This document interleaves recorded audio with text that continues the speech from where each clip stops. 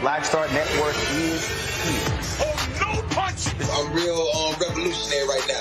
Thank you for being the voice of Black America. All momentum we have now, we have to keep this going. The video looks phenomenal. See, there's a difference between Black Star Network and black-owned media and something like CNN. You can't be black-owned media and be scared. It's time to be smart. Bring your eyeballs home. You dig?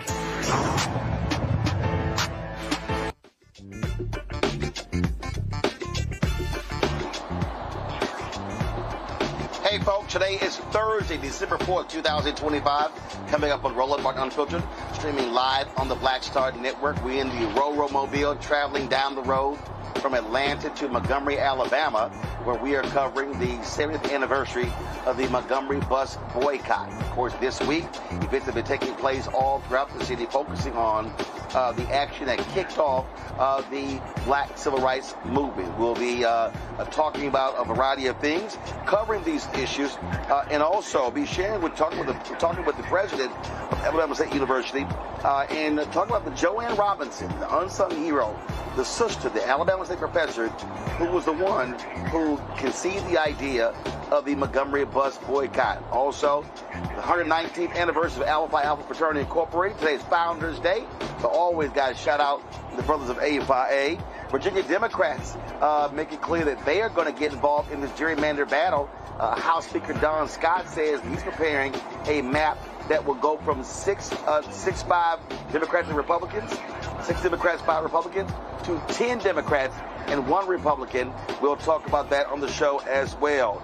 Donald Trump is handing out pardons like it's candy, and the people who are getting screwed are regular, ordinary people. Also, the white cop convicted of killing a black Illinois woman says he deserves a new trial. Nah, I don't think so. And the Legacy line is making its debut with the Ernest Withers Collection that brings civil rights history right into your home. Plus, in tonight's Black Star Network Marketplace, we're feeding your sweet tooth with TC's Pieces of Love Gourmet Pecans, created by Texas owner Charlotte Allen. Folks, lots to talk about. It's time to bring the funk on Roland Martin Unfiltered on the Black Star Network. Let's go. He's got it. Whatever the biz, he's on it. Whatever it is, he's got the scoop, the fact, the find. And when it breaks, he's right on time and it's rolling. Best believe he's knowing. Putting it down from sports to news to politics. With entertainment just for kicks, he's rolling. Yeah, it's on go, y'all. Yeah, it's rolling Martin, yeah. Rolling with rolling now. He's funk, he's fresh, he's real, the best, you know he's rolling Martin.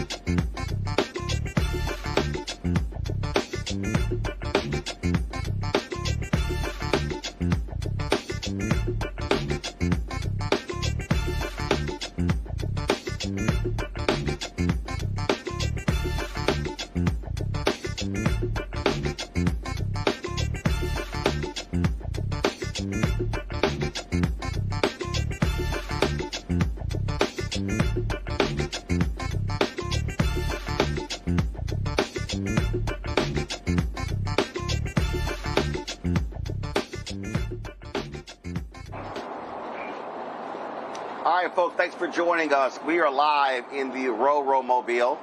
We are traveling down the road from Atlanta to Alabama State University in Montgomery, Alabama. Our plan was to broadcast today's show from the campus of Alabama State University. Had some issues getting a package to repair our vehicle here, but we're in here, of course, and this is one of the reasons why y'all helped to support us get this, the ability for us to be able to broadcast this show on the road with our mobile technology. And we're traveling down there because all week in Montgomery, Alabama, there have been events focused on the 70th anniversary of the Montgomery Bus Boycott. It was that effort that lasted 382 days that kicked off and started the Black Freedom Movement. It was the event that caused America to learn about a young preacher, 25 years old, Reverend Dr. Martin Luther King Jr. We know about Rosa Parks. We know about others as well. But the reality is, this movement, this bus boycott started with the professor on the campus of Alabama State University. That's one of the reasons why we wanted to do the show from there. This here, folks, is a book. It is called The Montgomery Bus Boycott and the Women Who Started It. It's the memoir of Joanne Gibson Robinson. It was edited with a foreword by David J. Garrow. Now, when we talk about the Montgomery Bus Boycott, so many people always talk about Dr. King, Reverend Alton Abernathy, and all the preachers. But it was black women in Montgomery that actually were the ones who spearheaded this movement, who started this movement, and really kicked it off. Joining us right now is Dr. Quentin T. Ross Jr. He is the president of Alabama State University. Glad to see you on the show. And of course, we know what the school colors are, Alabama State, and so it was perfect, Dr. Ross, for you to be dressed like an alpha on Founders Day of A5A. I know you're cute, but it's all good. You're representing your school well, and you're looking good in those alpha colors. Well, Roland, listen, thank you so much for having me, and let me wish you a happy Founders Day. And I figured you'd probably come out the box on that, but I always tell you that the black and gold pays the bill, so I'm not complaining at all about that. But I'm happy to know that you all are on the road and getting everything repaired. Thank you for giving me this opportunity. And I did kind of buck the system. I decided to wear a charcoal gray rather than a black jacket today, just for that reason. Well, from here it looks black. All right, let's get to it. The reason I wanted to do the show from the campus today is because when people talk about this movement, they don't bring up Joanne Robinson. They don't. I'm talking about nationally, internationally. They don't talk about those black women in that political organization. Y'all have a building named after her on the campus. And for folks who don't know, and again, the reason that the intersection of why Alabama State University is so important is because when she decided to do this, she grabbed two students and I don't know, you may be in the same building, let me know, went to the basement and made 50,000 copies, and that's how they distribute it around the country. So this movement directly ties to Alabama State University. Yes, sir. And when I think about this movement and really, putting it into context, it was 13 years prior to the year I was born. And thinking about what they did back then to impact children that were yet unborn, you and me, it's just amazing. And the impact is still felt today.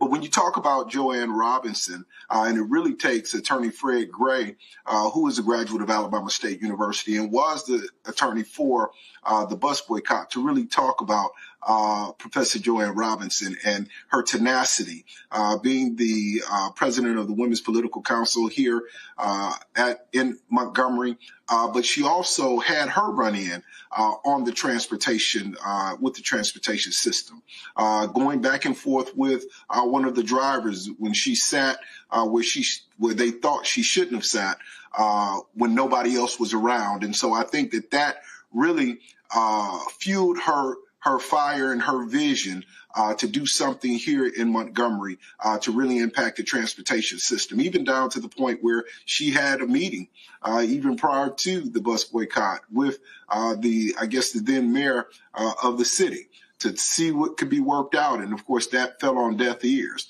But she did rise to the occasion. I'm in Council Hall. My office sits on top of the floor where the basement, where she and one other professor here at Alabama State University and two students churned out all the leaflets to go on the cars here in Montgomery, Alabama, telling people to stay off of the bus.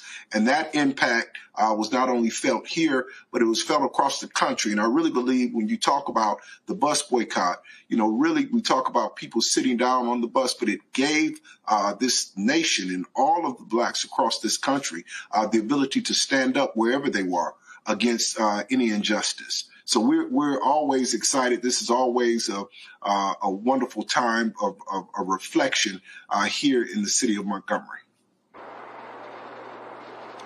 You mentioned the Women's Political Council, and that's critically important because that was the organizational infrastructure that Robinson joined and worked with. And the reality is, those black women, they actually wanted to launch this boycott before December 5th, 1955. But folks were not ready. To your point, she actually sent a letter a couple of days after the Brown versus Board of Education decision in 1954, calling on them to integrate the bus system there. And so this is critically important, because those black women, they were mobilized and organized. So when they made the decision, when Claudette Colvin, they talked about that, what happened to Robinson, but when it happened to Rosa Parks, that's when they said, it's go time. And then they activated that button. When she makes the copies, she then takes those copies to multiple sisters, and they were the ones who then distributed all across the community. So I'm making that point because this wasn't an individual trying to do something. That was an organization that was there, that they were able to make this thing happen. That's correct. That's correct. And they did it in a big way.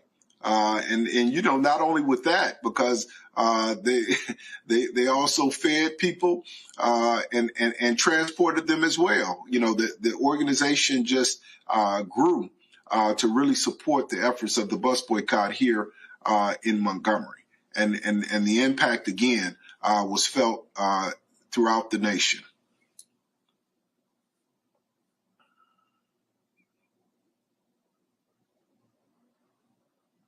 Let me also say this here, Dr. Ross. What found me fascinating in reading her memoir, they were concerned about the impact on the black professors at Alabama State. So what she and the women did was they took their egos out and said, we're going to hand this over to the pastors for them to now run with.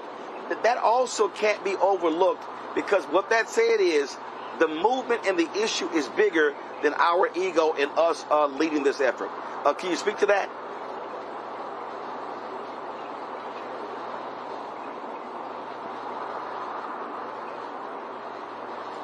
Dr. Ross, can you hear me? Can you hear me? Can you hear me? Hello? Hello?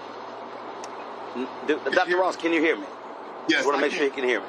I can hear you. Can you hear me?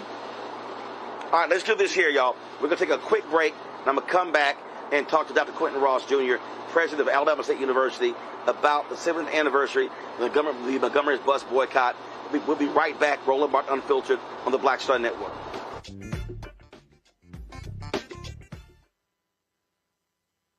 If in this country right now, you have people get up in the morning, and the only thing they can think about is how many people they can hurt, and they got the power, that's the time for mourning. For better or worse, what makes America special, it's that legal system that's supposed to protect minorities from the tyranny of the majority. We are at a point of a moral emergency. We must raise a voice of outrage. We must raise a voice of compassion. And we must raise a voice of unity. We are not in a crisis of party versus party. We are in a crisis of civilization, a human rights crisis, and a crisis of democracy itself. And guess what? You've been chosen to make sure that those that would destroy, those that would hate, don't have the final say, and they don't ultimately win. Next on the Black Table with me, Greg Carr. Our legal roundtable is back in session as we look at yet another potential landmark case being considered by the United States Supreme Court.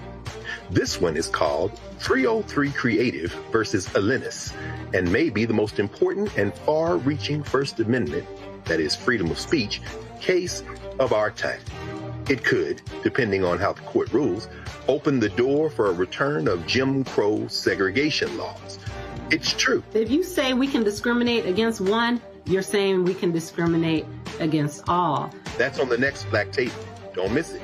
Right here on the Black Star Network. Violent white supremacy is, quote, the most persistent and lethal threat in the homeland. The greatest terrorist threat is the homeland. is the homegrown violence stream, including hate crime committed on behalf of some kind of white supremacist ideology. They are coming after everything in Black America. MAGA and Donald Trump are specifically targeting Black America. They are going after the money. Attack Black Lives Matter. Attack critical race theory. Attack woke, DEI. MAGA wants to defund Black America. This is a perfect example of their desire to completely degrade and de-emphasize Black people.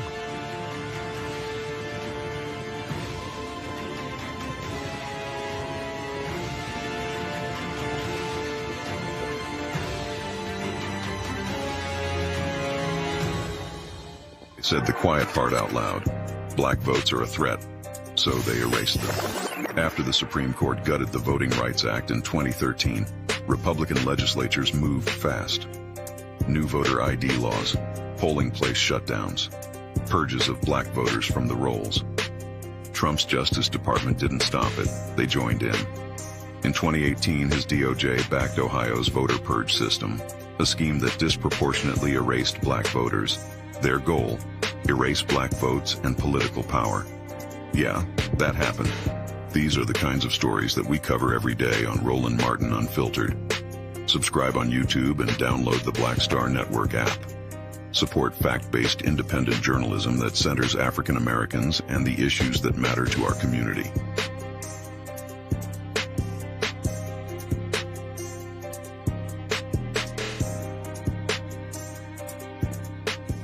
Are you ready for the holidays?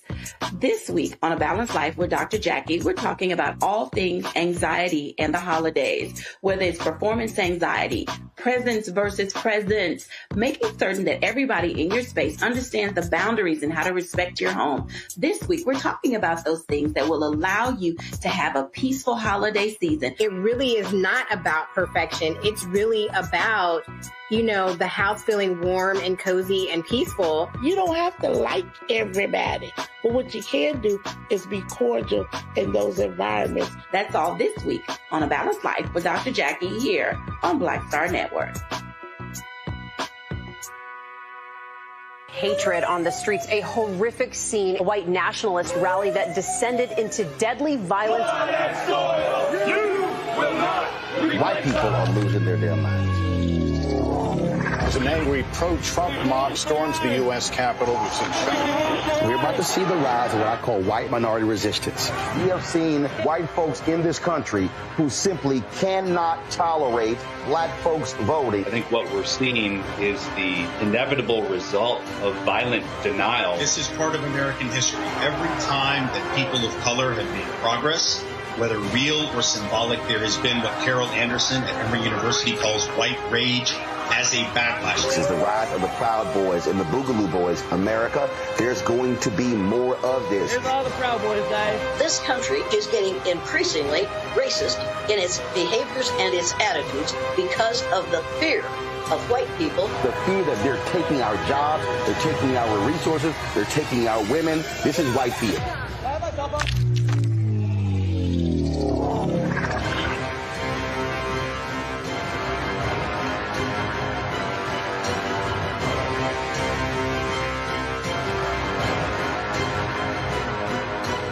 Michael McMillan, President and CEO of the Urban League of Metropolitan St. Louis, and you are watching Roland Martin Unfiltered.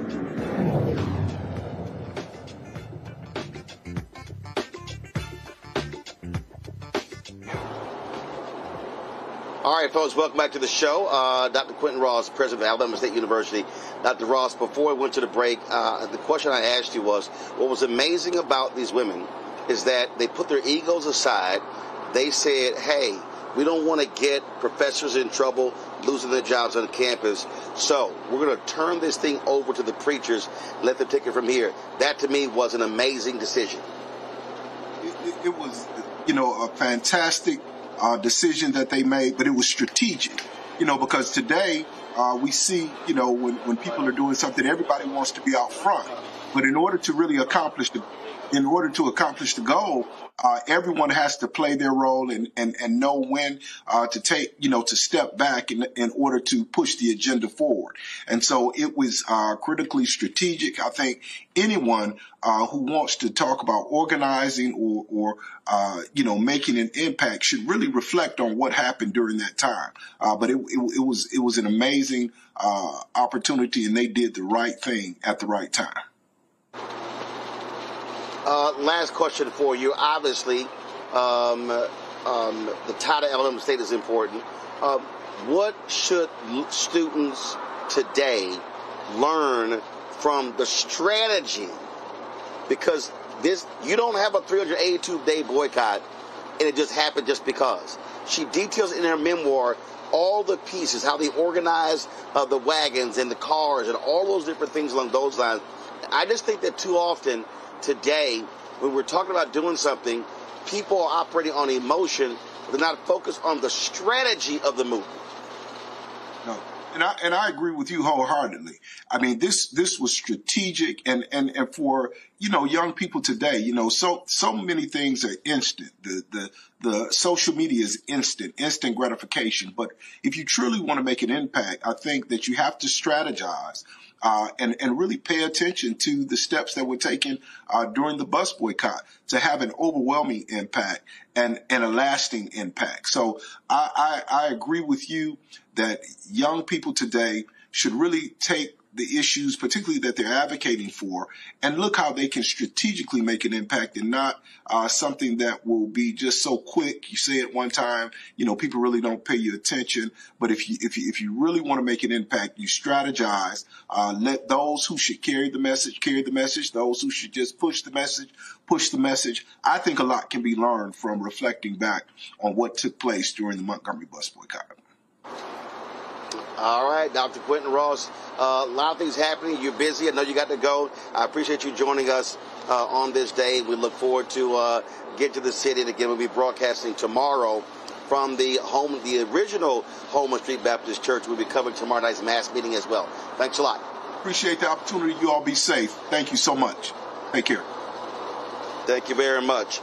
Folks, Joanne Robinson actually sat down in 1985 for an interview talking about this boycott, and I thought it was pretty interesting. So let's hear from her about what took place. The Women's Political Council was an organization that had begun in 1946 after just dozens of black people had been arrested on the buses for segregation purposes. And at that time, the black woman and the white man were the freest people in the southern states. And we knew that if something hadn't been done by the women, there wouldn't be anything done. And we had sat down and witnessed the arrest and humiliation and the court trials and fines paid of people who just sat down in an empty seat. And so we knew something had to be done. We organized the Women's Council. Within a month's time, we had over 100 members. We organized a second chapter and a third, so we had more than 300 members in that organization. We had members in every elementary, junior high, and senior high school. We had them organized from federal and state and local jobs. Wherever there were more than 10 blacks employed, we had a member there, and we were organized to the point that we knew that in a matter of hours we could corral the whole city. When you look back in history, it looks like the boycott was a spontaneous act provoked by the arrest of Rosa Parks. Was it? It was a spontaneous act from those persons who were not members of the Women's Political Council. But we had worked for at least 3 years getting that thing organized. The night of the evening that Rosa Parks was arrested, Fred Gray called me and told me she was arrested. She had somebody on her bail, but her case would be on Monday. And I, as president of the main body of the Women's Political Council, got on the phone and I called all the officers of the 3 chapters. I called as many of the men who had supported us as possible. And I told them that Rosa Parks had been arrested and she would be tried. They said, "You have the plans, put them into operation." I called every person who was in every school and every place where we had planned to be at that, have somebody at that school or wherever it was at a certain time, that I would be there with materials for them to disseminate. I didn't go to bed that night. I cut those stencils. I ran off 35,000 copies. I took them to school with me in my car. After I had talked with every member in the elementary, junior high, and senior high schools to have somebody on the campus, that I would be there at a certain time during the day and deliver them. I taught my classes from 8 to 10. I was free from 10 to 2. And when my 10 o'clock class was over, I took 2 senior students with me, and I had them in my car bundled and ready to be given out. And I would drive to the place of dissemination. A kid would be there to grab them, disappear. And I was on the campus and off or in the front of the place or wherever it was before anybody knew that I was there. I delivered them in my car. The ministers were meeting at the same time? The ministers, not at 10 o'clock. The ministers were meeting that afternoon or sometime during the day on High Street. They were having the International Ministerial Association meeting. And after we had circulated those 35,000 circulars, then we went by the church. That was about 3:30 in the afternoon, and we took them to the ministers. And it was there that they learned there was to be a boycott. And they agreed to meet at Dr. King's church, Dexter Avenue, that night to decide what should be done about the boycott after the first day. You see, the Women's Council planned it only for Monday, and it was left up to the men to take over after we had forced them really to decide whether or not it had been successful enough to continue and how long it was to be continued. How did most people find out about it? The leaflets were distributed. Did the newspaper article? We had just everything in our favor because we distributed the 35,000 copies, and most of the people got the message. But there were outlying areas that didn't get it. And one lone black woman who was so faithful to her white lady, as she called it, went back to work and took one of the circulars to this woman so she would know what the blacks had planned. When the woman got it, she immediately called the media. And then following that, the television, the radios, and evening newspapers, everybody told those persons whom we had not reached that would be the boycott. So the die was cast. Sunday night, what was the weather like? We thought nature was going to fail us because the latter part of Sunday afternoon it started clouding. And Sunday night nobody was slept. Monday morning was very dreary, dark, cloudy, and the threat of rain. And it remained that way practically all day. But thanks be to goodness, very few people rode the bus Monday morning. And all of us were around to see how many got on them. Monday, the decision is made to continue the boycott. Monday night, the ministers held their meeting at Whole Street Baptist Church, and they voted unanimously to continue the boycott. And instead of it lasting one day, as the Women's Council had planned it, it lasted for 13 months. What kept it going? The spirit, the desire, the injustices that had been endured by thousands of people through the years.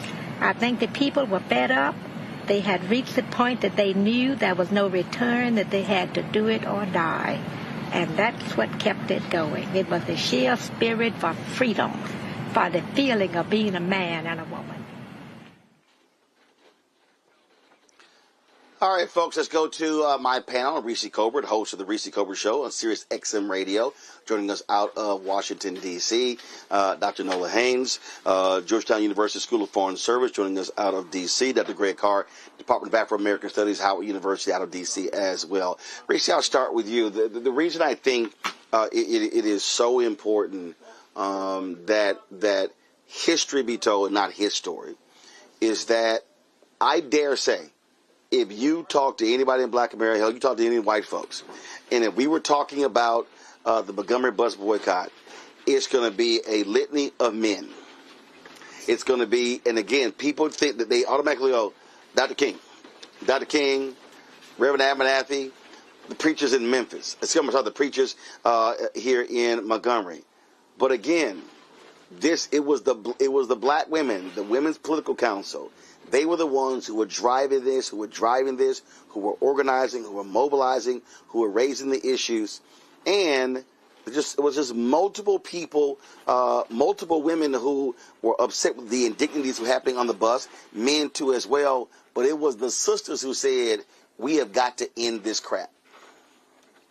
That's right. And I think that it's so important that people recognize that black women are not the mules of society. We're not the mules of the civil rights movement. We're not the mules of the Democratic Party. We're not the mules of anybody's party. We are leaders.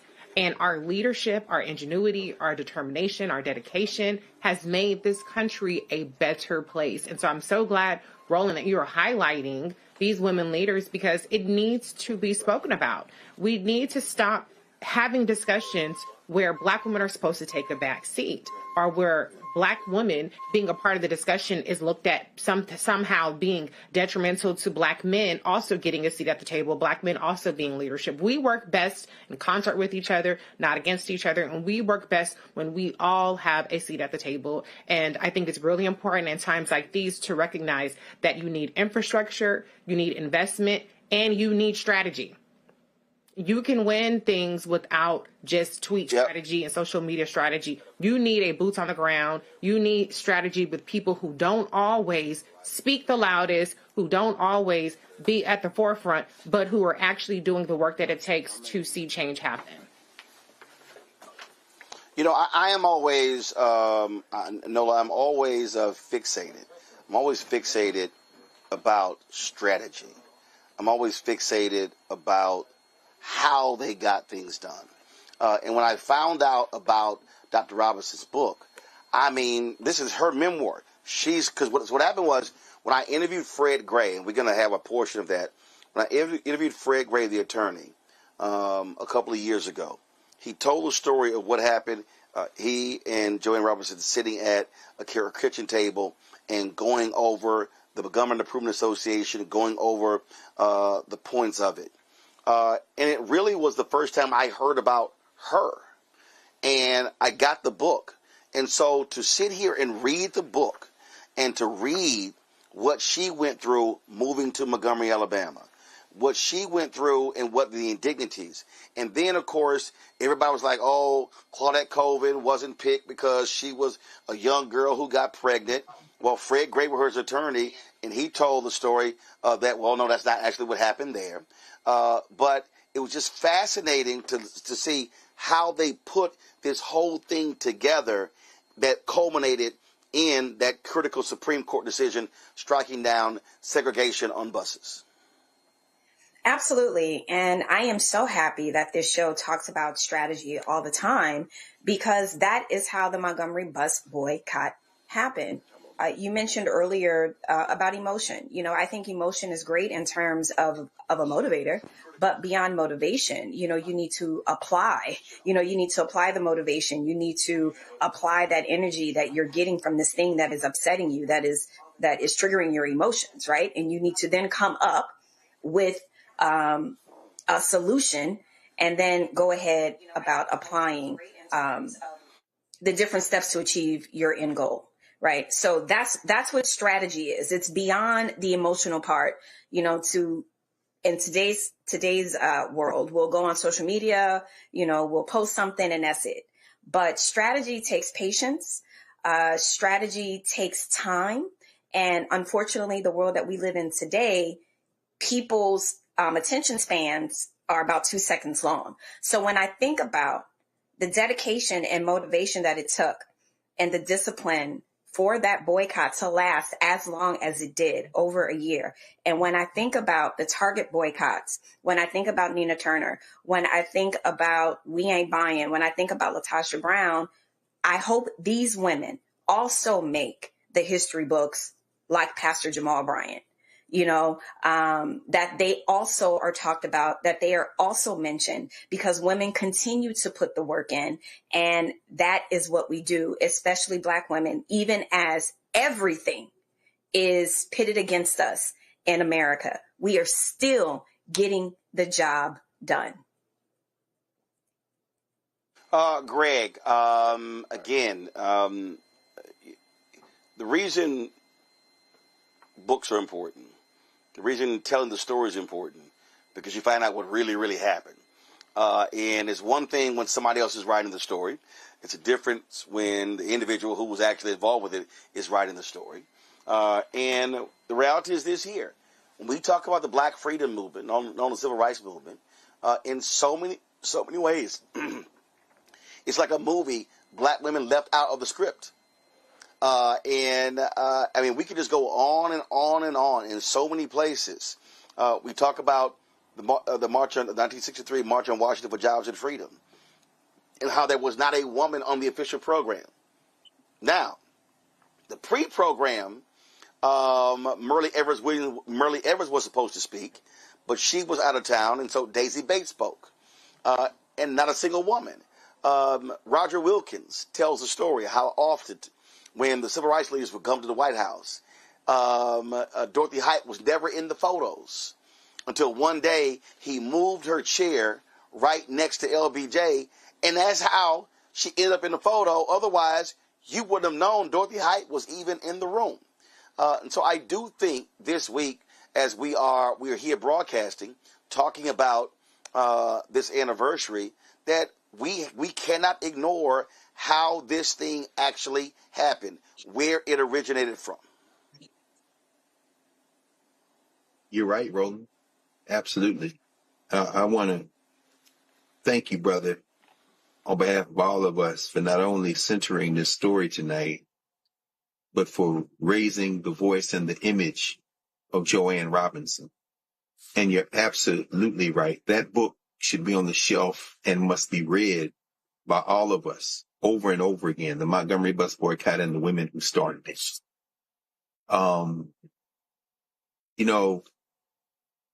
I hope that we will discover in our memory the power of our community.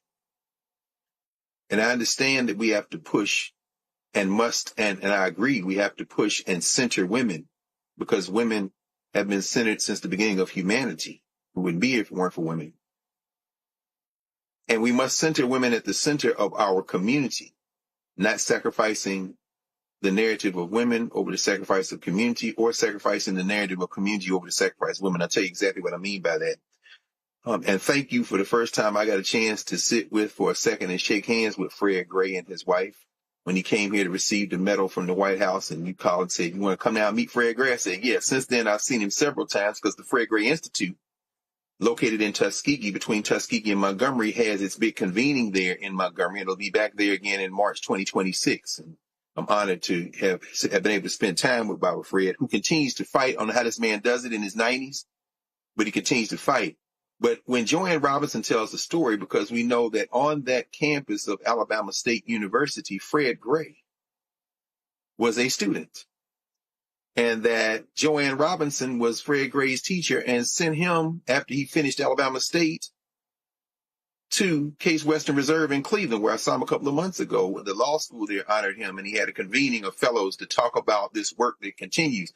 I'm raising it for this reason. The great Council Trenholm, perhaps, in fact, the most famous president of Alabama State University, predecessor of Dr. Ross and everyone in between them, was not a direct member of the Montgomery Bus Boycott, but his wife was right there with Joanne Robinson, helping do that work and spread the word. And I'm saying all that because Council Trenholm couldn't be out front, because he was living in a white supremacist state, negotiating for Alabama State to continue to operate. And when he found out that they were using that equipment to run off those flyers, he called Joanne Robinson to the office and was like, what's going on? And when she briefed him, he was like, okay, proceed. Just be careful. My point is, community is how we will win. And in thinking about that on a night like tonight, when Fred Gray, who argued Browder versus Gale, as you said, and smashed this at the Supreme Court level, even as we see the MAGA 6, the white nationalist 6 at the Supreme Court telling Texas they can go ahead and use those racist maps, we must always be reminded that because we are in community, we will prevail. They are going to fail. And I wish with my whole heart I could be there this weekend in Montgomery, Alabama. My mom was born from not too far from there, because in many ways, Alabama plays a role that no other place in this funky criminal enterprise plays. I wish I could be there, brother, but I know Otis and them going to do their job, and we can not only never forget, we got to look at that blueprint, and these sisters absolutely sit at the center of that work. Folks, we're going to be playing a portion of that Fred Gray interview a little bit later, but we do, Greg alluded to it, we do have some breaking news.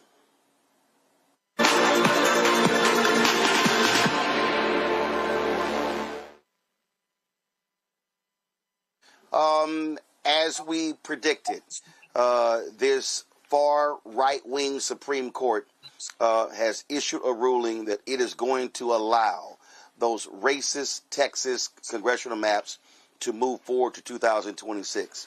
Remember, Donald Trump called the governor of Texas and said he wanted 5 seats. The Department of Justice issued the letter claiming that Texas congressional maps were unconstitutional because race was a factor. And so he called a special session. The Republicans led it. Remember, the Democrats walked out. But we told y'all, and I hope all those Democrats in Texas, all those Democrats who punked out, who did not want to stay out, and they could have stayed out. Oh, we don't know how long they can stay out.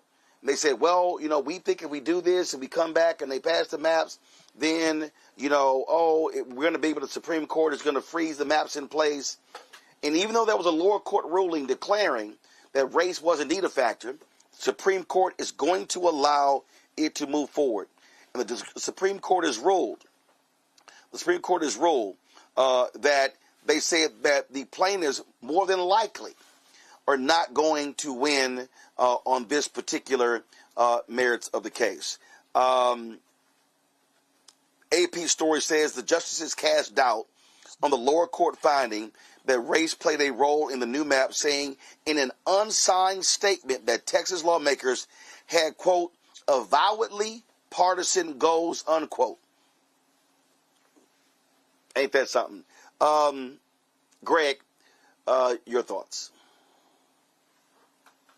I embrace it. I welcome it, Roland. I'll be quite frank with you. The white nationalist judge at the 2-1 Court of Appeals and District Court ruling where they blocked the implementation of the new map, I embrace his racist dissent, which I'm sure that the court used as part of its rationale on the so-called shadow docket or rocket docket. I embrace the MAGA 6. Because in order to break the back of these white nationalists, it can't be done in the courts alone. It can't be done at the ballot box alone. It can't be done by organizing outside of those venues alone. All three must work together. Why do I embrace it? Again, going back to my home state of Nashville, we saw what Afton Ben was able to do earlier this week. We win. This is far from over. So y'all go ahead and try. Use everything you have. This right here, Reese, is why you cannot have weak Democrats in leadership. The Democrats in Texas who chose to end the walkout, they's like, well, the way we see this playing out, and I disagree with them. I challenged them. I said, you are screwing over black voters. As a result of this decision, this wipes out the congressional district of Congresswoman Jasmine Crockett. It merges forces. Frankly, Mark Vesey and Crockett, their districts, it wipes out one of the district of Al Green. And then, of course, he's forced. They moved where he lived. They moved him into 30th Congressional District. He represented the 9th. And this is why what California, Gavin Newsom, what he did there was important. In fact, this is Virginia Speaker of the House, Don Scott, a native of Texas, Sterling High School in Houston. This is what he said about what they're going to do in Virginia. Right now in Virginia, it's 6-5. 6 Democrats, 5 Republicans. He said that he's working right now on a map that will make it 10 Democrats, 1 Republican. So as a result of them losing the 5 in Texas, they're going to pick up 4 in Virginia. Roll it.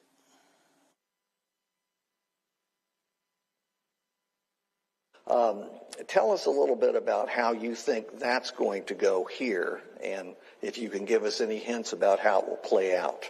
Well, first of all, we got to realize, we didn't want to have to do this. This was done because Donald Trump told Texas Indiana, North Carolina, our neighbors, to rig the election and make sure his policies are so unpopular, he couldn't win the midterm. So he's rigging it, redrawing those states' maps, and basically disenfranchising Virginians, and disenfranchising other parts of the country who now their voices won't be heard. Their voices will be minimized because he's rigging the election. And so, I don't know how y'all did, but I grew up in 3rd Ward in Houston, and if a bully came and punched you in the mouth, you didn't sit there and cry. You better punch back unless you're going to keep getting punched. And that's where we are right now. We have a bully, and he has a bully pulpit, and he's bullying these folks in these states to change the rules. And so we have an opportunity, we have an obligation, I think, to stand up and do something different. And in Virginia, because we have this trifecta, we have an opportunity to do some redistricting, to look at redrawing the maps. Our congressional delegation right now is 6-5 Democrats, 6 Democrats, 5 Republicans. 10-1 is not out of the realm. And I think, you laugh. I'm not joking. I think it's 10-1 is not out of the realm to be able to draw the maps in a succinct, community-based way. But we're going to take a look at it. We have to. The Congress right now is like a 3-vote difference. And so if he keeps rigging these things by 1 and 2s and 3s, we have to push back. And so right now, Virginia's going to have an opportunity. We have a long process to do that. Ultimately, the voters decide. The legislature, we have to make a constitutional amendment. We've already voted for the first resolution. In Virginia, you have to vote for it twice with an intervening election. So we voted for it once. We had an election. We'll vote for it again, more than likely on January 14th. That's why I say things that happen fast. And then once we do that, we'll set a date, pass some legislation to set a date for an election to happen on whether we should adopt that proposed constitutional amendment to allow us to do what they call the decennial, right? Every 10 years. So a mid-decennial redrawing of the maps. And that's what we would do if we were able to pass that. So y'all going to be seeing a lot of more TV commercials again. I apologize in advance because it's going to be a whole campaign. And hopefully most of y'all will support it because we cannot allow folks to rig the system in the middle of the cycle and we not respond. And that's what we're doing.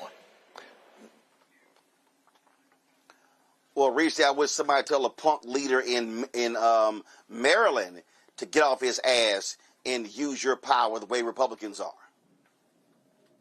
Well, first of all, let's go back to Texas. I have to say, Roland, when the walkout happened and several lawmakers returned and Jolanda Jones stayed behind, I said, let's see when this special election happens if the voters reward her for her bravery and for her steadfastness in terms of saying we want to fight it like her in Congress. She did not make the runoff.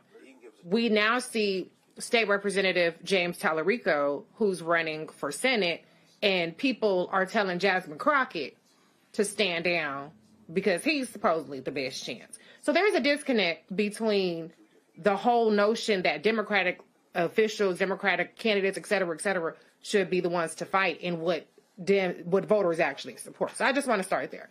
But I'm glad to see them fighting this way in Virginia because it is about time that Democrats recognize that one side can't be the side of decorum and civility and for the rules and for, this is how it's always been done and we don't want to set a precedent. Fuck that. Set all the precedents that you need to let them know that we're going to bring an Uzi to a gunfight, not a knife any longer. And so the Supreme Court is doing what it's doing, but I want to go back to what Dr. Carr said. What are the Latino Hispanic voters that Republicans are pulling their pump card right now and saying that, we're going to pack a whole bunch of y'all on these issues because y'all don't vote or y'all vote Republican anyway. What is y'all going to do? Are y'all going to say, we don't want to be terrorized by ICE. We don't want the color of our skin. We don't want our accents to be open season on us being stopped, harassed, being detained, being deported, our families being broken apart because y'all thought that he wasn't talking about y'all when he said they're bringing the drugs, when he said that we're going to go after the criminals. What is y'all going to do? If they start realizing that this is their N-word wake-up call, and they ain't white like how they maybe thought they were, and they ain't the upstanding citizens that they thought they were, then maybe we could see some change. I don't bank on white people changing their opinion, but the Latinos, that's where the key to what happens in Texas and much around the country is going to hinge upon. Nola, the point here, which I said to these Texas Democrats who I said were wrong for ending the walkout. I said, you cannot trust this Supreme Court. This was a 6-3 decision.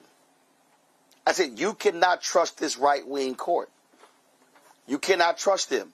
I said, so you must, as State Representative Harold Dutton said, you use everything in your arsenal. Harold Dutton even floated the possibility of all Democrats resigning. That would absolutely, he said, the governor could not call enough special elections fast enough to hit the deadline when it came to filing for these races. And too many of these weak Democrats, they say, well, we're going to break it. We're going to break the quorum. Oh, we can't stay out. And look, I understand the impact on families and all of that. But guess what? We're in this city right here. We now arrived on the campus, Alabama State. 50,000 black people did not get on a bus for 382 days. I think some of these white and Asian and Latino, and there was some black Democrats in Texas, they should also learn to have a lot more damn fight in their system. And now, as a result, they got to live with these maps because the Supreme Court says they can move forward with it in 2026. Yeah, that's a really good point. You know, the first thing that I want to say is I don't think any of us here are shocked about what happened. I mean, we all pretty much told the world that is what was going to happen. So let me say that. And then secondly, you know, I'm thinking about this as a political scientist. This particular case in Texas is one of those type of case studies that for a very long time we're going to be looking at, because I don't think that it's going to turn out the way that Republicans think it's going to turn out. But to your point about electeds having to pretty much go within and figure out who they want to be in this moment. And it's really that simple. I gave a talk at AFGE a few months ago, and that was my question to the room. In this moment, who do you want to be? And I always say, I don't chide anyone who wanted to be a government employee, wanted to be an elected official, to do good, to fight the good fight, to really believe in decorum and coming together, you know, on the Hill and legislation and all that, all the things that it's supposed to be. I don't blame anyone for believing in that. But now we know quite firmly where we sit with all of this.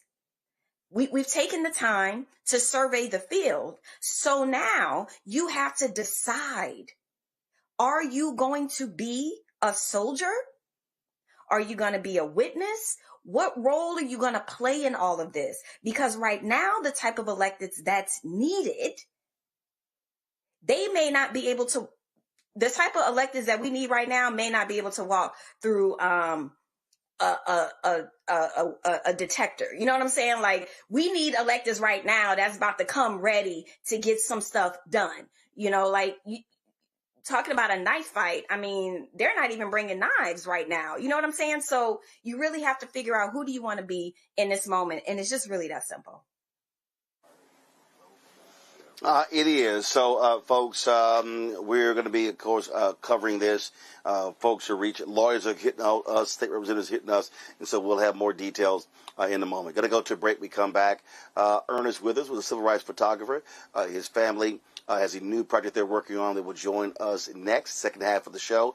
I keep telling y'all these white folks are really upset that white folks ain't having the kids, and they keep saying Americans. Now, they ain't talking about us. They talking about white people. And wait till I show you what Elon Musk said a couple of years ago about other countries. I'm telling you, they are freaking out that white people worldwide in Western countries are going to be the minority. Did I not predict this in my book? I tried to tell you. Folks, we'll be right back. Roland Martin Unfiltered on the Black Star Network. Don't forget to support the work that we do. Join our Bring the Funk fan club. Your dollars makes it possible to travel to places like this here, being on the ground, covering the stories live, the issues that impact our people. So support us by going to with Cash App. Use the Stripe QR code. See right here in the bottom left-hand corner. You can also use that for credit cards as well. PayPal is R Martin Unfiltered. Venmo is RM Unfiltered. Zelle, Roland at RolandSMartin.com. Roland at RolandMartinUnfiltered.com. Checks and money orders. Make it payable to Roland Martin Unfiltered. P.O. Box 57196, Washington, D.C. 20037 7-0196. Back in a moment.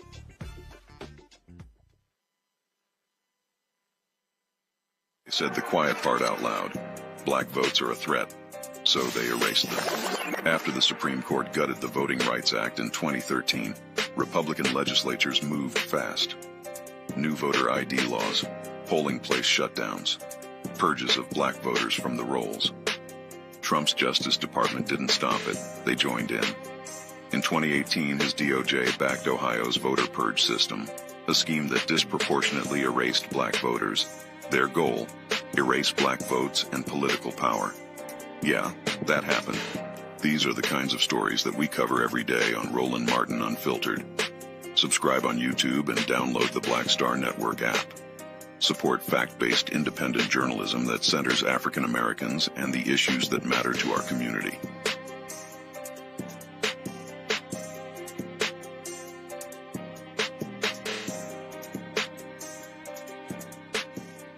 Are you ready for the holidays?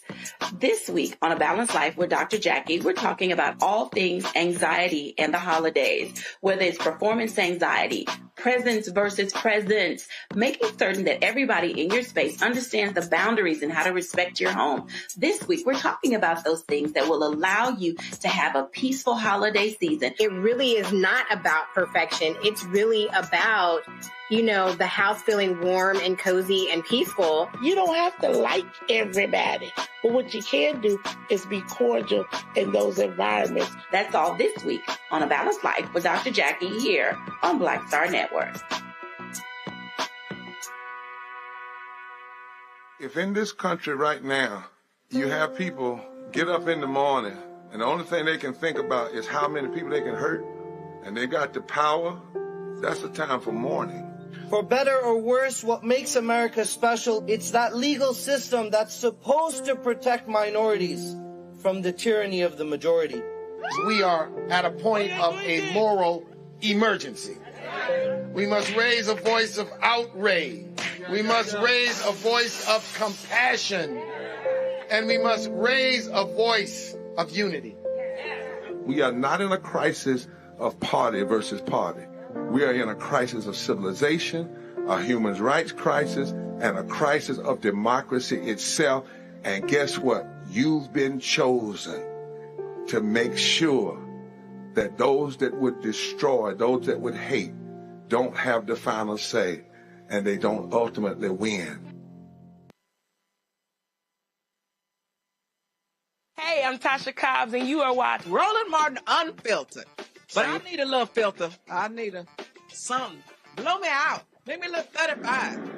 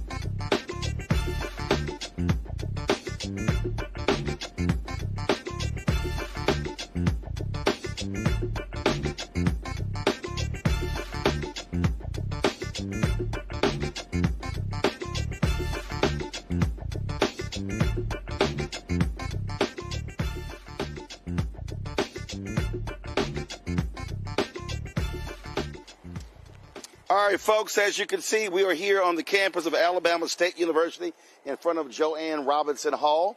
And so we made it here and glad to be here. I We're going to be, again, covering lots of stuff this week here. Just go ahead, and we got a little rain out here right now as we're here on the campus of Alabama State.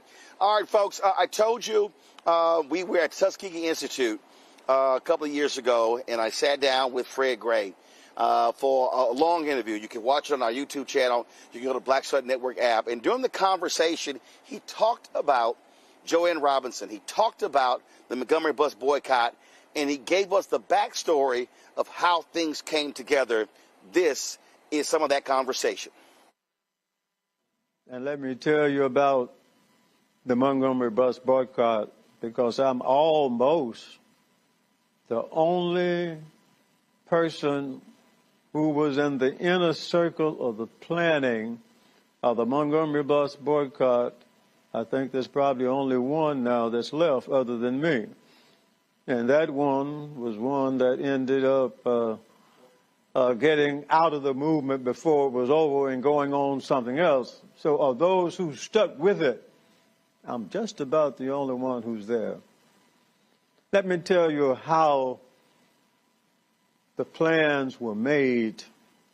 And most people didn't know about it even then, and they were part of it in connection with keeping people off of the buses. Well, we all realized that at some point we're going to have to file a lawsuit to declare the city ordinances and state statutes unconstitutional. However, it takes a long time to do a lawsuit. You can do it, you've tried, you got 2 or 3 appeals, take 2 or 3 years. And if you're going to tell people immediately that you got to stay off of the buses until a lawsuit is resolved, they say you whistling Dixie. However, if you tell them, let's stay off for a day as a protest for something, that's different. Well, Joanne Robinson, who was a professor at Alabama State in English, had had a bad experience on the buses as far back as 1948. And that bus wasn't even completely full, but she sat about midways, and she had a bus driver who wanted her to sit further in the back, and she just got off the bus. But she became the chairman of the Women's Political Council, which was a group of black women in Montgomery who was trying to produce or increase the living conditions for all African Americans. She started documenting every incident that she could find. So, and she said what we need to do is stay off of these buses. So you had people who got arrested 1 or 2 times. We knew about Claudette Carvin, the 15-year-old girl who did what Mrs. Parks did, but did it 9 months before without any instructions and any prodding or any encouragement. She just thought it was wrong after she had been studying black history, incidentally, the week before. But I represented her, and she was my first civil rights case. And when I lost her case before Judge Hill in the juvenile court, where they found her to be a delinquent and then placed her on unsupervised probation, which was saying nothing, I tried to get the judge and tried to tell him that what they were trying to do was to enforce the segregation laws, but he wouldn't listen to me. He still found her guilty.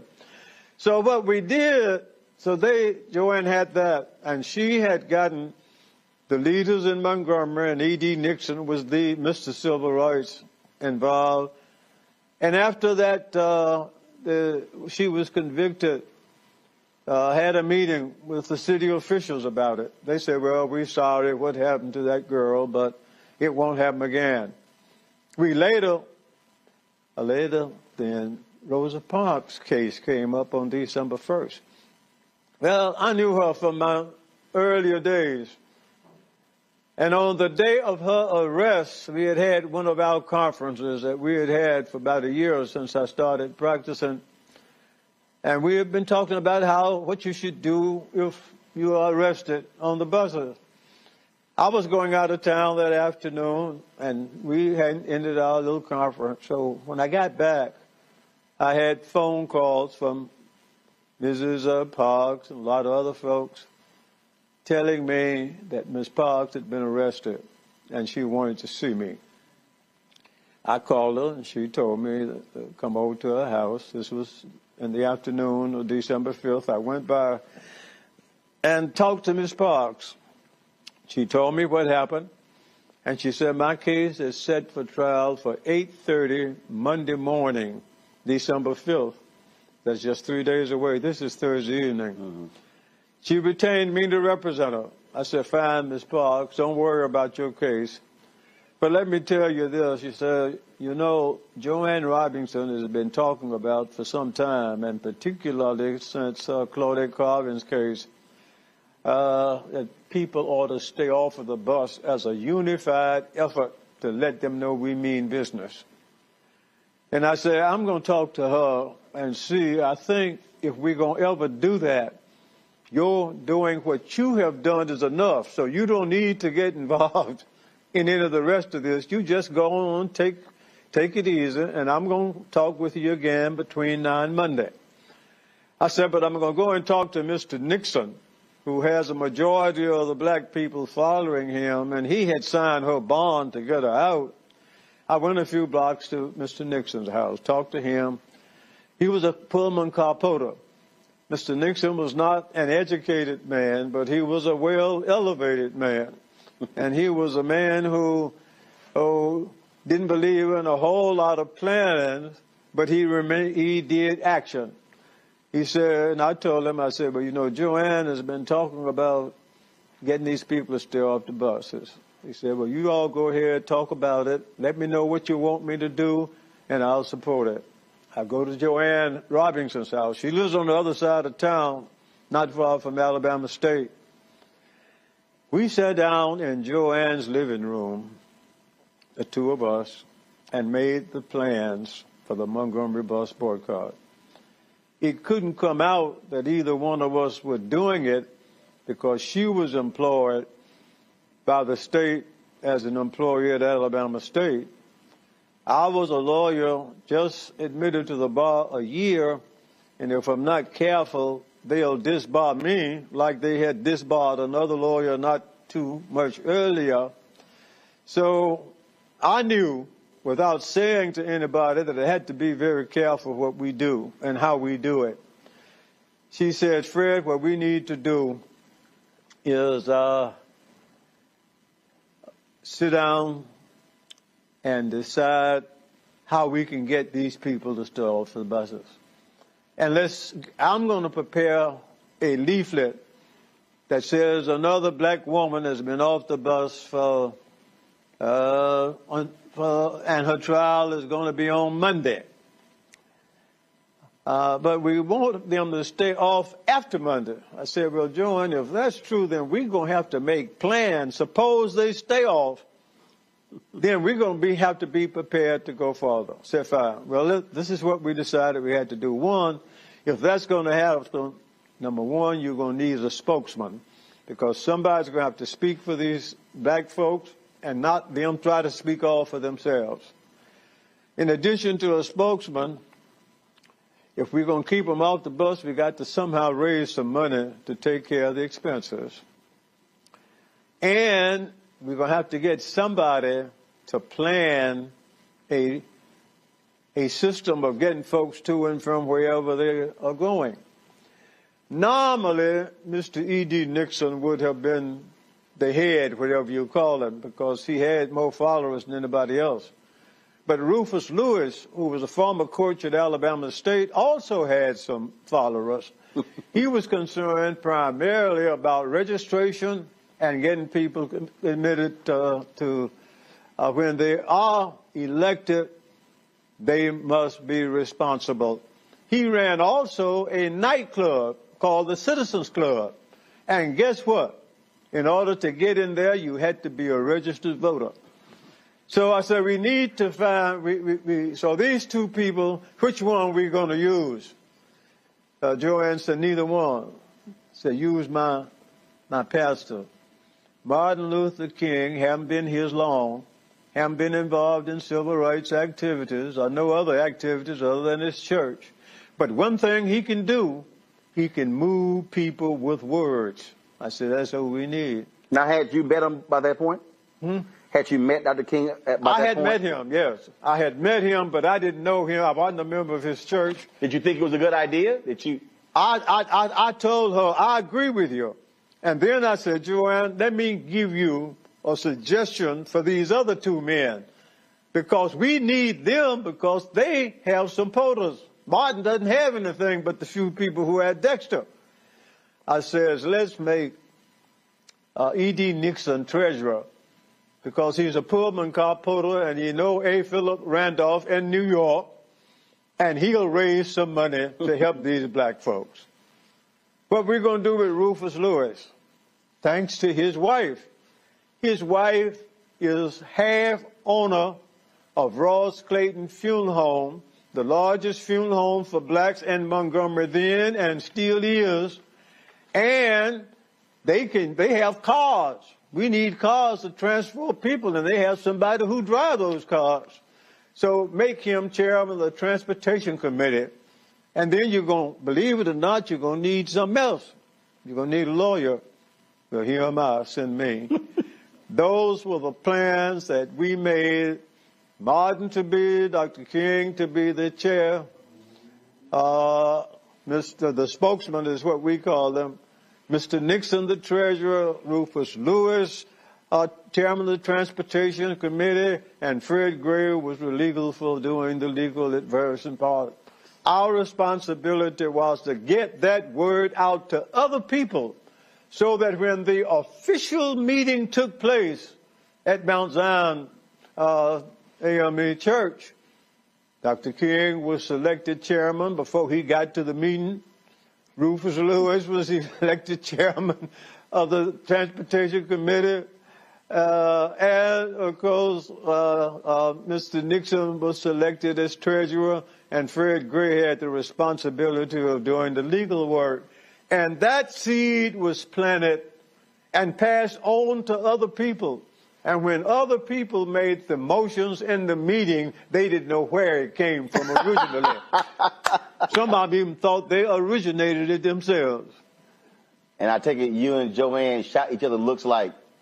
Well, what happened when we won, when the buses started running Monday morning and black folks weren't on it, we both know that was good.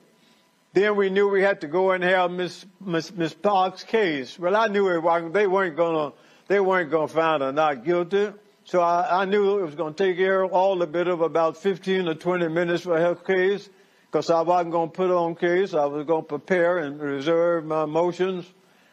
And we're gonna appeal the case, and then these people can go and have these official meetings that they need to have and meet at Holt Street Baptist Church. And when they met and when they heard Dr. King, and when Joanne and I sat there and listened, we looked at each other and said, well, Fred, and she said, well, Joanne, I think it worked. You know what, Greg, as I sat here and listened to that, first it was a much longer interview that we did with Fred Gray.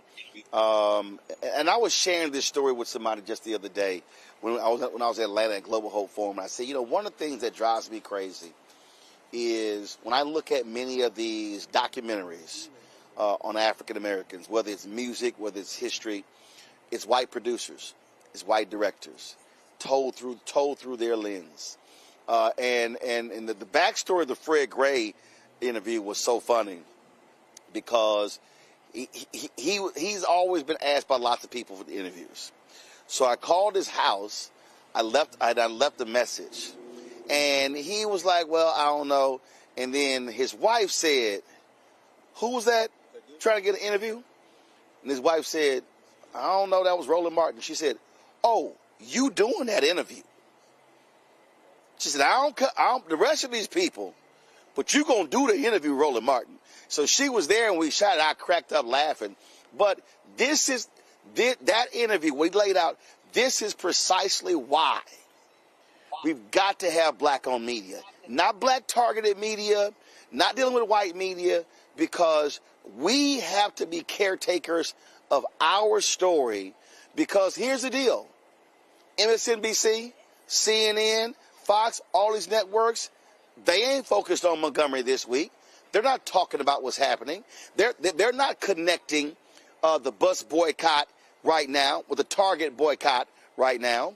They're not connecting the voting rights battle, this Supreme Court decision in the Texas case that's going to impact the district of Shamari Figures that's here in Alabama. Not doing any of this. So this is why we have got to be able to tell our own story. That's exactly right, Roland. Connections. That word is so powerful, brother. You're not going to see that interview anywhere else. A lot of people who've interviewed Fred Gray, a lot of people who talk with him, but, and of course, all respect to Miss Carol, Carol Porter Gray, his wife. The reason that interview is different is because it's what I would call in an Africana studies rendering a governance interview. It's who we are to each other. You know, I've been having this conversation a lot with a lot of elders over the arc of the last maybe 10 years. A lot of people now, and I'm talking about even a lot of black academics who have no connection to community building, institution building, organizing, but who want to make a name for themselves, understandably, by demonstrating their academic chops, by spending all their time in the archive and walking right past the living people who they don't know that they should be listening to. You know, black history is hot now. It's important now. People think they know about the Montgomery Bus Boycott, but the key moment in what you just shared with us was right there at the beginning of the story when you said, Miss Carol said, wait, who? Roland Martin. Oh, yeah, you're doing that interview. What does that mean? That means that you can't walk up into an elder's space and say, you're Fred Gray? Oh, I was told by so-and-so. I looked in this archive. I saw this paper. I saw you were the lawyer, brought over scale. Tell me what happened. At that point, many elders will tell you what you already know. And then when you ask them other questions, they'll say, oh, I don't remember. Not sure. Now, of course, Baba Gray is very generous with his time, but he was talking to you in a way that's like, let me tell you, nephew, let me sit back. I'm going to tell you what happened. That's not going to come out except for one thing and one thing only. The years of work that you did prior to that interview that made your name a password to get that interview. I don't care who you are, Harvard, Ken Burns, I don't care whether you PBS, y'all are not getting those interviews. And most of the black people that you all talk to, you know, the usual suspects, many of whom very fine people, and I mean that seriously, not like Donald Trump, who you asked to be interviewed about these things, many of those people are not in that circle. So that interview and your whole corpus of interviews, finally, that is the gold standard. And if anybody gets it twisted, contrast what you just heard Fred Gray tell Roland Martin, with what you hear Fred Gray tell interviewers who ain't got a name like that to get them in the room. You know, Reese, I talked about the connection, and the reality is I got a text message from someone after the Supreme Court decision, sent me a text. They said, here we go, Jim Crow 2.0. And when we talk about these things, when we talk about the Black Freedom Movement, all those different things, I mean, the reality is the attacks that we are seeing right now on black people, this is absolutely going back to Jim Crow days. And so we had better understand how they fought these battles. And that's why I go back to the strategy part, why that's so important. We just saw the other day, yesterday, AT&T announcing they were getting rid of all their DEI programs in order for the FCC to approve a spectrum deal. We could go on and on how these folks will quickly abandon many efforts in order to further their business interests. And so we have to be so focused and locked in on how we got here and how they won. And there are people right now, Reese, and I travel around the country. And again, people stopped me in the airport in Atlanta and stopped me in the airport in New York City and Charlotte. And people said, you know, keep going, keep speaking the truth. But what I keep trying to explain to people as well is that this is not a moment. And I keep hearing it, Reese. This is not a moment for us to be scared to death, for us to be fearful. This is a moment that this generation is going to have to grab some courage that the previous generations had. Well, I don't know about that. I ain't seeing it. I ain't seeing the courage. Well, listen. I didn't say they've done it. I'm saying they're gonna have to do it. Child, they ain't ready. The people ain't ready yet. So I don't know. That's all I got. The people ain't ready. Noah? Can y'all hear me? We can hear you. It's kind of breaking up. Yes, we got you. What was the question? We got I didn't hear the question. Go. Well, you heard my question to Reese, and I want you to... I didn't. Oh, my God. Are you not paying... Nola, okay. What I said is... I'm not in a production booth. Nola, here you go with that janky computer and that cricket Wi-Fi. This is what I said. This generation is going to have to get the courage of the previous generations to understand that what these folks are doing is trying to roll back to Jim Crow 2.0 without the water fountains, separate but equal. I mean, the separate water fountains, but folk today going to have to get some of that old school ancestral courage. Absolutely. I mean, they talk about ancestors all the time, but, it's more for aesthetic. But to actually have that energy, to actually show up and do the work. One of the things that I loved about going to UCLA is we always had access to Black Panthers. They would always come on campus and talk to us about the realities of what it was to be that kind of activist during that time. And the one thing that they would always level set on is like, look, this isn't games. Erica Huggins would always remind us that her husband was murdered in the building that we were sitting in at UCLA, that her and her husband picked up and moved cross country because they wanted to be a part of the movement because they believed in it that much. The generations right now are worlds apart from that generation. And it's a few reasons, right? You have a generation that's raised by people that's coming out of the Great Depression, World War I, World War II. There's a lot of things that's going on in the background that contributed to that built that type of person.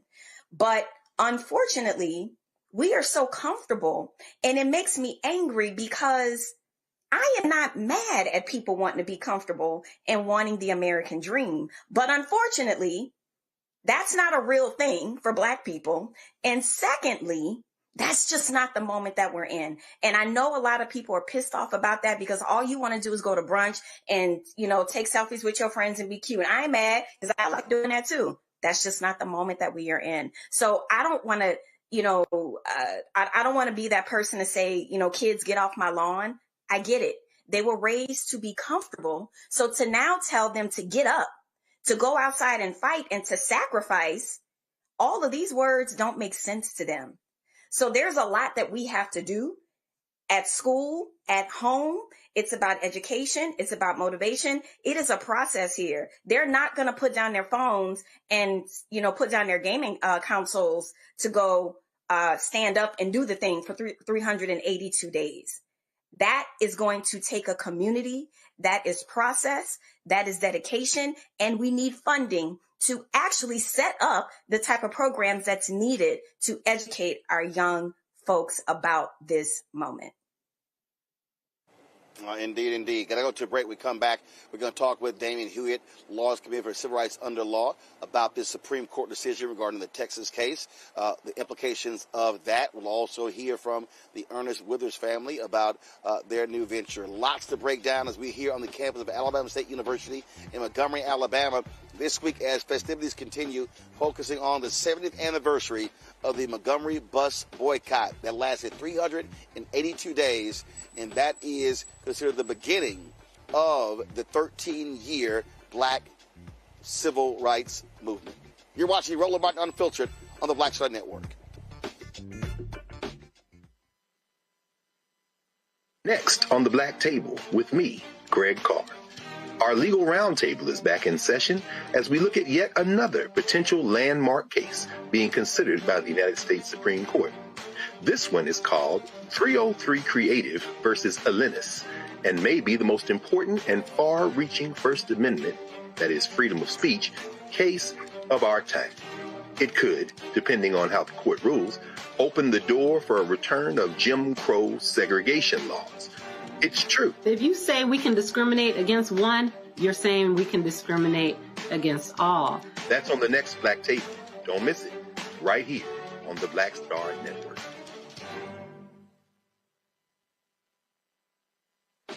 Hey, what's up, everybody? It's Godfrey, the funniest dude on the planet. And you're watching Roland Martin Unfiltered.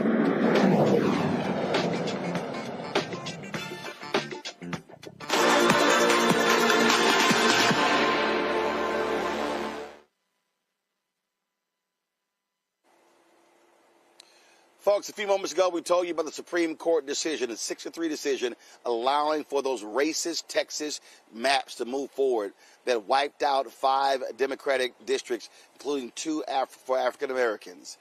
What does this all mean? Joining us right now is Damon Hewitt, Executive Director for the Lawyers Committee for Civil Rights Under Law. Damon, first of all, happy Founders Day, my fellow Alpha brother. Man, look, this is why our fraternity was founded to lift us up and to fight the fights and to take us to the next level. And we're going to have to do that after this ruling. So walk us through what this unsigned 6-3 decision is stated, where the lower court ruling, they ruled 2-1, and it was absolutely clear that was racial intent in the drawing of the maps. And the Supreme Court says, it's a good bet y'all not going to win. They drew these along partisan lines, even though the governor specifically said in his proclamation that they were redrawing the lines because of the DOJ's letter saying that the current map was racially discriminatory. You said it exactly right, Roland. What the court technically did is issue a stay on the lower court ruling, basically saying you went at the lower court, but we're not going to let the court's order, which said you can't use the discriminatory 25 maps, we're not going to let that order take effect. So essentially, black and brown Texans, all Texans, have to vote under racist maps. Candidates have to file to qualify for the primaries under racist maps, and the Supreme Court is going to just let that happen. And the reason it had to come now, because Monday, December 8th, is the filing deadline for Texas to qualify for the March primary. And so that's what folks are waiting on. And a lot of these Democrats who ended their walkout, they thought that by filing a lawsuit that the Supreme Court was going to abide by what is known as their traditional ruling in terms of allowing certain things to stay in place to move forward. But I kept telling those largely white Democrats, what the hell are y'all talking about? A lower court rule that the Alabama that was racial intent, and they allowed the map to go forward, and then they took another election cycle for the district to be created. A lower court rule in Louisiana, same thing, and they allowed it to go forward. So I wasn't shocked that this right-wing Supreme Court was going to rule for the Republicans. That's right. Look, in some ways, some folks didn't believe we'd get the lower court one in the first place, right? From a Trump-appointed judge who wrote the majority opinion, no doubt. And so what happened today, Roland, is not a surprise, but it should still make people angry. The court always talks about how we have to be colorblind society. What this court is blind to isn't color, it's blind to racism when it's smacking you right in the face. The findings of fact from this lower court are clear and unrebutted, but the Supreme Court basically is engaging in willful blindness, looking right past it. And if you can't prove racial gerrymandering under these kinds of facts, then just how can you prove it? That's what we're grappling with now as a community of advocates, a community of racial justice litigators. We're going to have to keep stepping our game up as they keep doing these nefarious things in these courts. And, of course, now we also await their ruling when it comes to the challenge to the seat in Louisiana. That Supreme Court decision could very well wipe out 12 to upwards of 30 CBC and Latino congressional seats. It certainly could. The Louisiana v. Calais case is a critical one. Basically, the court could say if your rights have been violated based on race, so what? You can't have a race-conscious remedy. you have to have quote-unquote race-neutral remedies. But, Roland, there's actually a couple other cases that could really put the nail in the coffin as if we needed another one. There's a case out of North Dakota called Turtle Mountain, in the case that we at the Lawyers Committee litigated with the ACLU out of Mississippi, representing the Mississippi NAACP. In that case, we won a redistricting case that led to 3 new black elected officials being elected just last month, just a month ago. Now Mississippi is saying the same thing that the folks are saying in that North Dakota Turtle Mountain case. You didn't have a right to sue in the first place. No private right of action. So between this ruling today, between prior rulings, the Louisiana case that could go bad, and the Mississippi and North Dakota cases, we could be looking at the final nails in the coffin for the Voting Rights Act as we know it. But we can't let that be the end of the story. We're going to need new strategies, new paradigms to make our voice heard. Well, Damon, not only that damn case out of Arkansas where these right-wingers want to be able to say that only the Department of Justice can file voting rights lawsuits. If the Supreme Court lets that happen, that totally screws Lawyers Committee, NAACP Legal Defense Fund, ACLU, Mark Elias, any third-party group, it screws them. That's exactly, and the Mississippi and North Dakota cases are the same thing is at stake. Who can sue? Who has a right of action to sue? And so essentially, we'll be left rolling with rights on paper, but no remedies in law or in fact. That would be the cruelest irony of all, to have laws on the books that we can't actually even enforce through any means. Questions for the panel. Greg, you first. Hey, Brother Hewitt, good to see you, man, as always. Let me ask you, this screed that came out of the Court of Appeals, that came out from Judge Smith for the Fifth Circuit, how much do you think that weighed into today's Rocket Docket decision? Well, it's difficult to say, Greg, and good to see you too, man. It's difficult to say because in the short writing that we have, that the unsigned portion and then the portion in which a couple of justices concurred, they don't seem to refer on a quick reading to that. Did it play any subconscious or any behind-the-scenes or unarticulated role? Possibly. But here's the thing. Smith is a Trump appointee. The judge that wrote the majority opinion, Reagan appointee, the judge that wrote the majority opinion is a Trump appointee. So the internecine battles amongst those, apparently conservative judges, who knows how it played.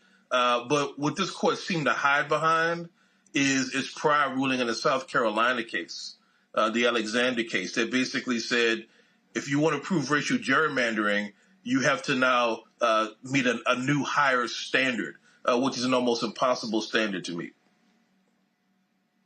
Thank you. Reese? How do you think that this Texas ruling bodes on any potential litigation around the California maps? Well, the California litigation, as I understand it, is a bit different in its texture in terms of what's being challenged out there on that proposition. But the political dynamics could always make a difference depending on who those judges are who are ruling. But there's not a direct application where it's kind of a one-for-one. There's a little bit of apples and oranges, Reese, but they're both fruit. Nola? I'm going to steal that, the apples and oranges. My question for you is, from the outside looking in, it seems that SCOTUS is doing a disservice to the lower courts. Could you speak more to that? Is that a real thing? Is that just perception? Or is this about right? Or is it as extreme as it feels? It is a real thing. In fact, the dissenting opinion, which I believe was authored by Justice Kagan, I'm glancing at it now, the dissent wrote about how this is not just a disservice, but frankly a disrespect to the lower court's authority, to the lower court's role as a finder of fact. I mean, basically the court was left with two choices, the lower court. Do you believe, as our experts demonstrated, that the only way you could really explain what happened was because it was targeting black and brown voting districts? Or would you believe the state of Texas, which says, well, race played no role, even though DOJ directed, Trump demanded that Texas redistrict and gain partisan advantage based upon racist means. So you have to essentially say, hear no evil, see no evil, in order to rule the way you did. This was outright disrespect. And frankly, there are district court judges all over the country who are throwing up their hands in frustration. They don't understand the Supreme Court. Liberal judges, conservative judges, moderate judges who have no role in politics ever in their lives, they don't understand why the Supreme Court seems to want to always do its own thing, regardless of what they find in the lower courts, and frankly, regardless of what the law actually says. They are rewriting the law in their own grotesque image. Reese. Thank you. Oh, I already asked my question. Oh, I thought you had a second one. I'm sorry about that. Well, Damon, listen, I keep warning people. We are in an intense battle. It is real, and it's going to require folks to recognize that, listen, I'm going to say it again. When you sit your ass out of elections, then they get to have power.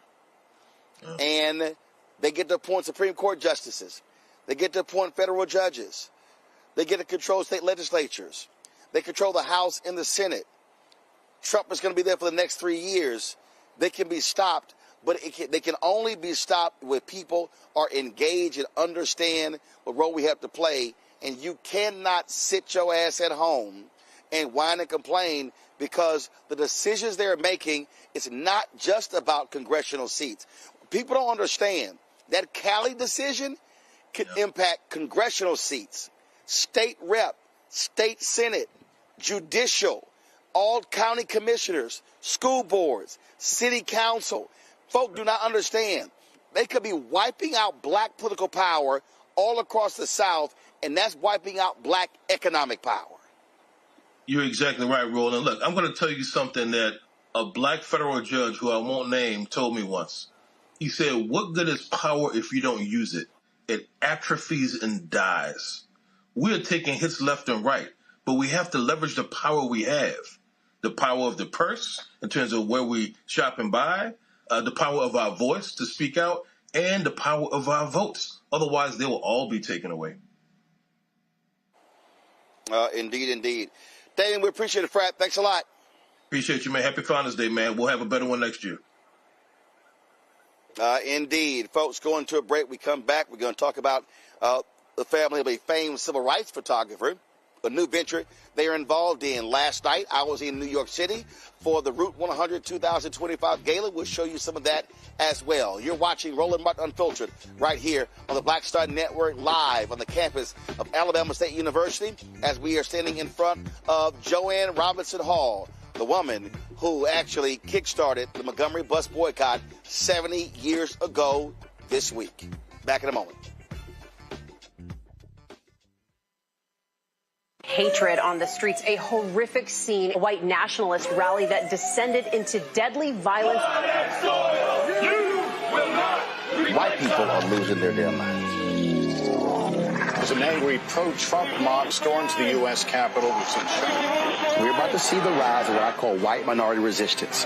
We have seen white folks in this country who simply cannot tolerate black folks voting. I think what we're seeing is the inevitable result of violent denial. This is part of American history. Every time that people of color have made progress, whether real or symbolic, there has been what Carol Anderson at Emory University calls white rage as a backlash. This is the rise of the Proud Boys and the Boogaloo Boys. America, there's going to be more of this. Here's all the Proud Boys, guys. This country is getting increasingly racist in its behaviors and its attitudes because of the fear of white people. The fear that they're taking our jobs, they're taking our resources, they're taking our women. This is white fear.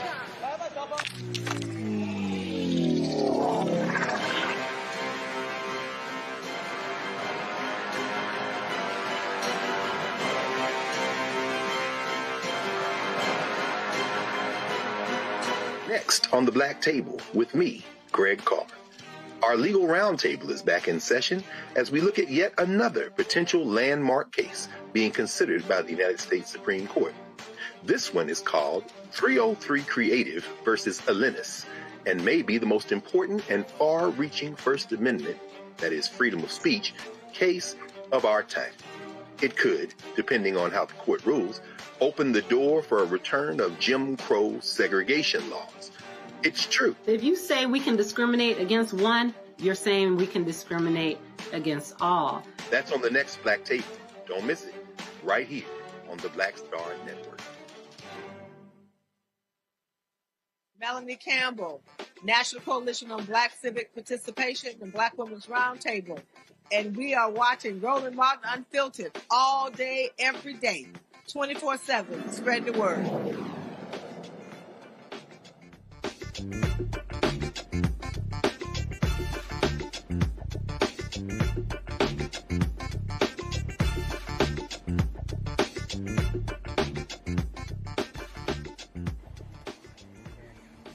Folks, Ernest Withers was one of the most prominent civil rights photographers based out of Memphis. His photos were seen far and wide. He photographed many of those luminaries during that time. And his family, they have put together a new project. Joining us right now is LaRon Walker, who is the founder of the Legacy line, the Ernest Withers Collection. Rosalind Withers, she's the founder of the Withers Collection Museum and Gallery, plus Terry J. Vaughn, actor, director, and producer. Glad to have all three of y'all here. So, LaRon, what y'all got going on? Roz is so giddy. All right. Can you hear me, Rosalind? Yes. LaRon, can you hear me? I can hear you. Yes, I can hear you. I don't know if LaRon can hear okay, you. I hear Ron. Okay, so Rosalind, go ahead and tell us about this endeavor. Well, we're excited because we have this opportunity to share the works of Dr. Ernest E. Withers, which really is a true reflection of our history. These images are in files and drawers, but yet one of the things that we're faced with today is the inability to have access to our history, with a major attempt to actually erase our history from our schools, our libraries, and our museums around the United States. So this gives us an opportunity to put this history in the palm of the hands of our young people, as well as just everyday life, not only in the United States, but on a global scale. So we are excited to launch the Legacy line. It is one of the things that LaRon and I, in discussing what could we do to really change the narrative of not being able to have access to this. Digitalization has always been our challenge, because my father left this huge legacy, but not the monetary means in which to do what was right with it, which is to digitize the asset. This gives us an opportunity to really share the history, because our mission is to educate, to preserve, which is one of the largest, heaviest part of our responsibility, and to share the work. And we've been sharing the work, but not on the scale that this Legacy line gives us the opportunity to do. And it's meeting our youth with their tools. Their tools are tools that are in their hands every day. It's in all of our hands, but yet it's speaking in their language with the AR. The augmented reality gives them access to this history, and we're very excited about this brainchild of LaRon Walker. Yeah. LaRon, walk us through how you got to this point.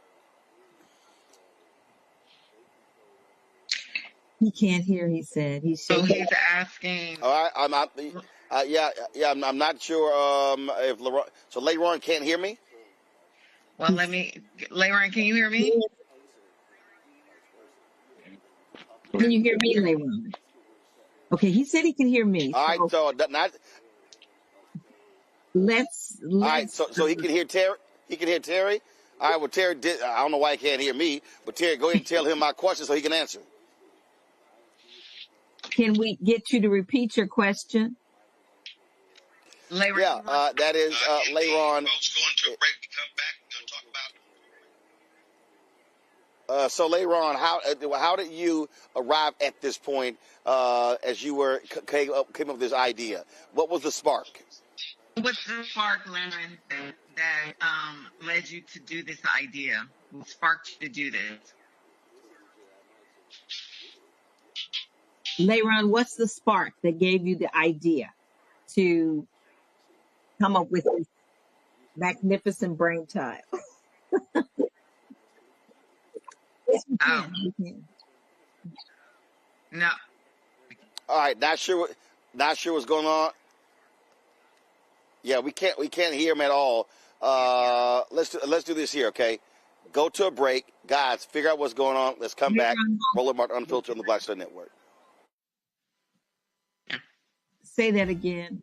This week on The Other Side of Change. Book bans, anti-intellectualism, and Trump's continued war on wisdom. This is a coordinated backlash to progress. At the end of the day, conservatives realized that they couldn't win a debate on facts. They started using our language against us, right? Remember when we were all woke and the woke movement and all that kind of stuff? Now everything is anti-woke, right? When we were talking about including diversity, equity, inclusion, and higher education, now it's anti-DEI. All this are efforts to suppress the truth because truth empowers people. You're watching The Other Side of Change, only on the Black Star Network. Violent white supremacy is, quote, the most persistent and lethal threat in the homeland. The greatest terrorist threat to the homeland is the homegrown violence stream, including hate crime committed on behalf of some kind of white supremacist ideology. They are coming after everything in Black America. MAGA and Donald Trump are specifically targeting Black America. They are going after the money. Attack Black Lives Matter. Attack critical race theory. Attack woke, DEI. MAGA wants to defund Black America. This is a perfect example of their desire to completely degrade and de-emphasize Black people.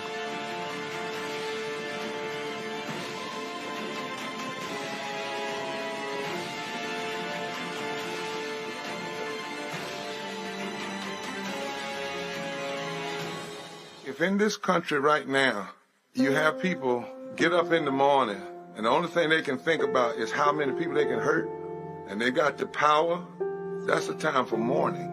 For better or worse, what makes America special, it's that legal system that's supposed to protect minorities from the tyranny of the majority. We are at a point of a moral emergency. We must raise a voice of outrage. We must raise a voice of compassion. And we must raise a voice of unity. We are not in a crisis of party versus party. We are in a crisis of civilization, a human rights crisis, and a crisis of democracy itself. And guess what? You've been chosen to make sure that those that would destroy, those that would hate, don't have the final say, and they don't ultimately win. This week on The Other Side of Change. Book bans, anti-intellectualism, and Trump's continued war on wisdom. This is a coordinated backlash to progress. At the end of the day, conservatives realized that they couldn't win a debate on facts. They started using our language against us, right? Remember when we were all woke and the woke movement and all that kind of stuff? Now everything is anti-woke, right? When we were talking about including diversity, equity, inclusion, and higher education, now it's anti-DEI. All this are efforts to suppress the truth because truth empowers people. You're watching The Other Side of Change, only on the Black Star Network. Hello, I'm Bishop T.D. Jakes, and you're watching Roland Martin Unfiltered.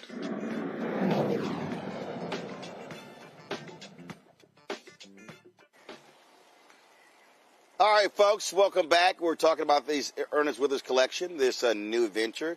Leiron, can you now hear me? I finally can hear you. Thank you. Sorry for the mistake. There we go. Praise the Lord. All right. So, what was the spark? What was it? What was it that caused you to do this? I can't hear. So I got introduced to Mrs. Withers through a connection at Microsoft, and that led to us visiting her gallery. Took the family there for a fall break. And walked into the gallery and really, when getting there, just was amazed at the things that we didn't know, basically. And she walked us around and showed us that the stuff that we cared about and told the story about how only 1% of those things had been digitized. and realized, like, if that were the case, I had to find a way to get involved to make sure the world could kind of have the experience that I had. And so that began this journey of a couple of years to put us down this path. Terry, what is your involvement in this venture? Well, you know me, Roland. I am always looking to find ways to uplift our community, to inspire, bring joy. And I've known Laren for many, many years. And when he told me about the project, maybe I can't do 3. You think that's it? First, Rosalind. So I can hear you, Rosalind. So just Terry's talking right now. So we'll figure that out. So Terry, go ahead. No.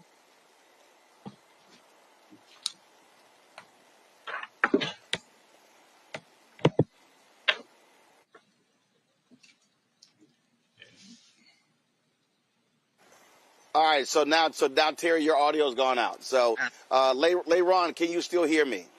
I can hear you well. Okay. So I have no idea. Now, their audio's not working, but yours is working. I have no idea what's going on with the audio demons. First of all, how can folks access the information? Where can they go to get more information? Yes, you go to the legacyline.co. That is the website where we are putting things out for people to access the information. And what we've done is that we've curated a holiday box, which includes a lot of different products that, as you can see behind me here, it's a nice holiday box. Inside this holiday box, there are a lot of great products that all are inclusive of Mr. Withers' imagery. So we include things like these nice holiday cards that people can get their hands on, holiday ornaments, different mugs. And what's nice about this experience is that using technology, whenever you take your phone out, Roz mentioned augmented reality earlier, if you point your phone at these particular images, we actually created an augmented reality version of Mr. Withers' voice. And he explains to you in first person kind of what the image was for, why it was taken, and how you can leverage that image. And so that is one way that we're kind of letting people kind of get exposed to the history, but also learn at the same time how things work and kind of the importance of these pictures. All right, where can they go to get the box and the information? Yeah, so the website is thelegacyline.co. So THE legacy LINE.co is the website. And you can go there. You can learn about all the pictures and products that are available, in addition to supporting the Withers Collection. And again, this is important because as we tell this story and we're able to bring these resources in, it'll allow for us to work with Roz and her family to digitize the rest of the collection to make it available to the masses. All right, then. Leron, I appreciate it. And sorry we had audio issues with Terry and Rosalind. But thank all three of you. Thanks a lot. Thank you. All right, folks, I'm going to go to a break. We come back. We'll talk about we get our headlines with Brittany Noble. And then on the other side of that, we'll talk about the Route 100 Gala took place last night in New York City. You're watching Roland Martin Unfiltered on the Black Star Network. Support the work that we do. Join our Bring the Funk fan club. If you want to contribute via Cash App, use the Stripe QR code, bottom left-hand corner. Also, PayPal, R Martin Unfiltered, Venmo, RM Unfiltered, Zelle, Roland at RolandSMartin.com, Roland at RolandMartinUnfiltered.com. Checks and money orders make it payable to Roland Martin Unfiltered, P.O. Box 57196, Washington, D.C., 2003 7-0196. Back in a moment. Next on the Black Table with me, Greg Carr. Our legal roundtable is back in session as we look at yet another potential landmark case being considered by the United States Supreme Court. This one is called 303 Creative versus Alennis, and may be the most important and far-reaching First Amendment, that is freedom of speech, case of our time. It could, depending on how the court rules, open the door for a return of Jim Crow segregation laws. It's true. If you say we can discriminate against one, you're saying we can discriminate against all. That's on the next Black Table. Don't miss it. Right here on the Black Star Network. This week on the other side of change. Book bans, anti-intellectualism, and Trump's continued war on wisdom. This is a coordinated backlash to progress. At the end of the day, conservatives realized that they couldn't win a debate on facts. They started using our language against us, right? Remember when we were all woke and the woke movement and all that kind of stuff? Now everything is anti-woke, right? When we were talking about including diversity, equity, inclusion in higher education, now it's anti-DEI. All this are efforts to suppress the truth because truth empowers people. You're watching The Other Side of Change only on the Black Star Network. Now that Roland Martin is willing to give me the blueprint, hey, Cyrus, I need to go to Tyler Perry and get another blueprint because I need some green money. The only way I can do what I'm doing, I need to make some money. So you'll see me working with Roland. Matter of fact, it's the Roland Martin and Cheryl Underwood show. Well, should it be the Cheryl Underwood show and the Roland Martin show? Well, whatever show it's going to be good.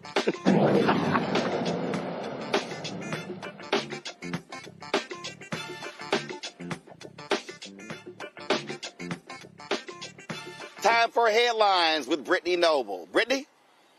Roland, the Justice Department did not indict New York Attorney General Letitia James today. The earlier grand jury charges against her, bank fraud and making false statements, were voided on November 24th when the judge ruled that acting U.S. Attorney Lindsay Halligan was unlawfully appointed. The new case was presented to a grand jury in Norfolk, Virginia by different prosecutors. The failure to secure an indictment does not bar prosecutors from attempting to do so again. The white Illinois cop convicted of killing a black woman wants a new trial. Attorneys for former Sangamon County Sheriff's Deputy Sean Grayson say he deserves a new trial because the court's denial of letting into evidence Sonia Massey's state of mind and propensity for violence as among the reasons that presiding judge Ryan Cadigan should overturn the conviction. A jury convicted Grayson of second-degree murder by a 9-woman, 3-man Peoria County jury on October 29th. Grayson is scheduled to be sentenced on January 29th. He faces now 4 to 20 years in prison, though there's a possibility of probation. Grayson must serve half of any sentence imposed. Well, the leaders from the Democratic Republic of Congo and Rwanda signed a peace treaty today. The two nations have been locked in conflict since the 1994 Rwanda civil war and Tutsi genocide. Tensions escalated again in 2021 when Congo accused Rwanda of backing a militia now controlling parts of the eastern Congo. The twice impeached, criminally convicted felon-in-chief Donald Trump calls the new agreement the Washington Accords. And a new report just released from the Kaiser Family Foundation shows black women are still facing the highest maternal death rates in America. Researchers say black mothers are more than 3 times more likely to die from pregnancy-related causes than white women. The report also shows black infants remain twice as likely to die before their first birthday. A crisis experts say is driven by inequities in healthcare access, biased treatment, and cuts to maternal health programs. Also, the University of Alabama is under fire tonight after suspending 2 student magazines, one highlighting black student life and another focused on women's voices. Officials point to new federal limits on DEI, but critics say the shutdown targets publications that give marginalized students a platform. Gabrielle Gunter, editor-in-chief of Alice magazine, says she was stunned the publication had just celebrated its 10th anniversary. When she asked how the magazine violated the new guidelines, she was told the university believes having a target audience of women is prohibited under federal rules. Well, Nina Simone's childhood home in Tyrone, North Carolina, long at risk of being lost, has now been fully restored. The 3-room house is where the musical legend first learned piano before becoming one of the most powerful voices in civil rights history. The restoration was led by the African American Cultural Heritage Action Fund, which calls the home a sacred landmark. The newly restored home will be used for artist residencies and educational programs honoring Simone's legacy. Roland?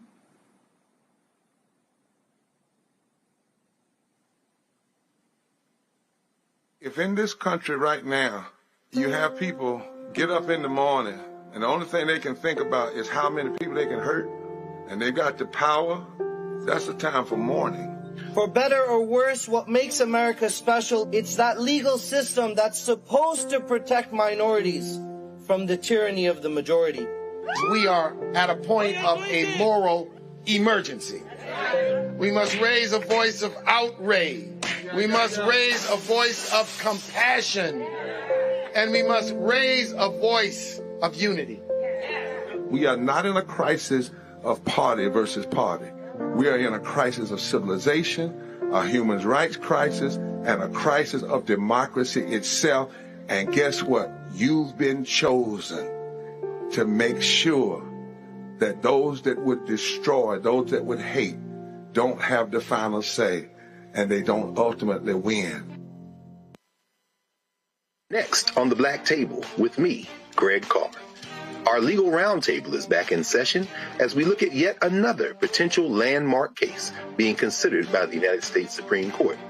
This one is called 303 Creative versus Alennis, and may be the most important and far-reaching First Amendment, that is freedom of speech, case of our time. It could, depending on how the court rules, open the door for a return of Jim Crow segregation laws. It's true. If you say we can discriminate against one, you're saying we can discriminate against all. That's on the next Black Table. Don't miss it. Right here on the Black Star Network. It's your boy Earthquake, giving Roland Martin something to do, because he don't know what to do. He's from Texas. Ain't his fault.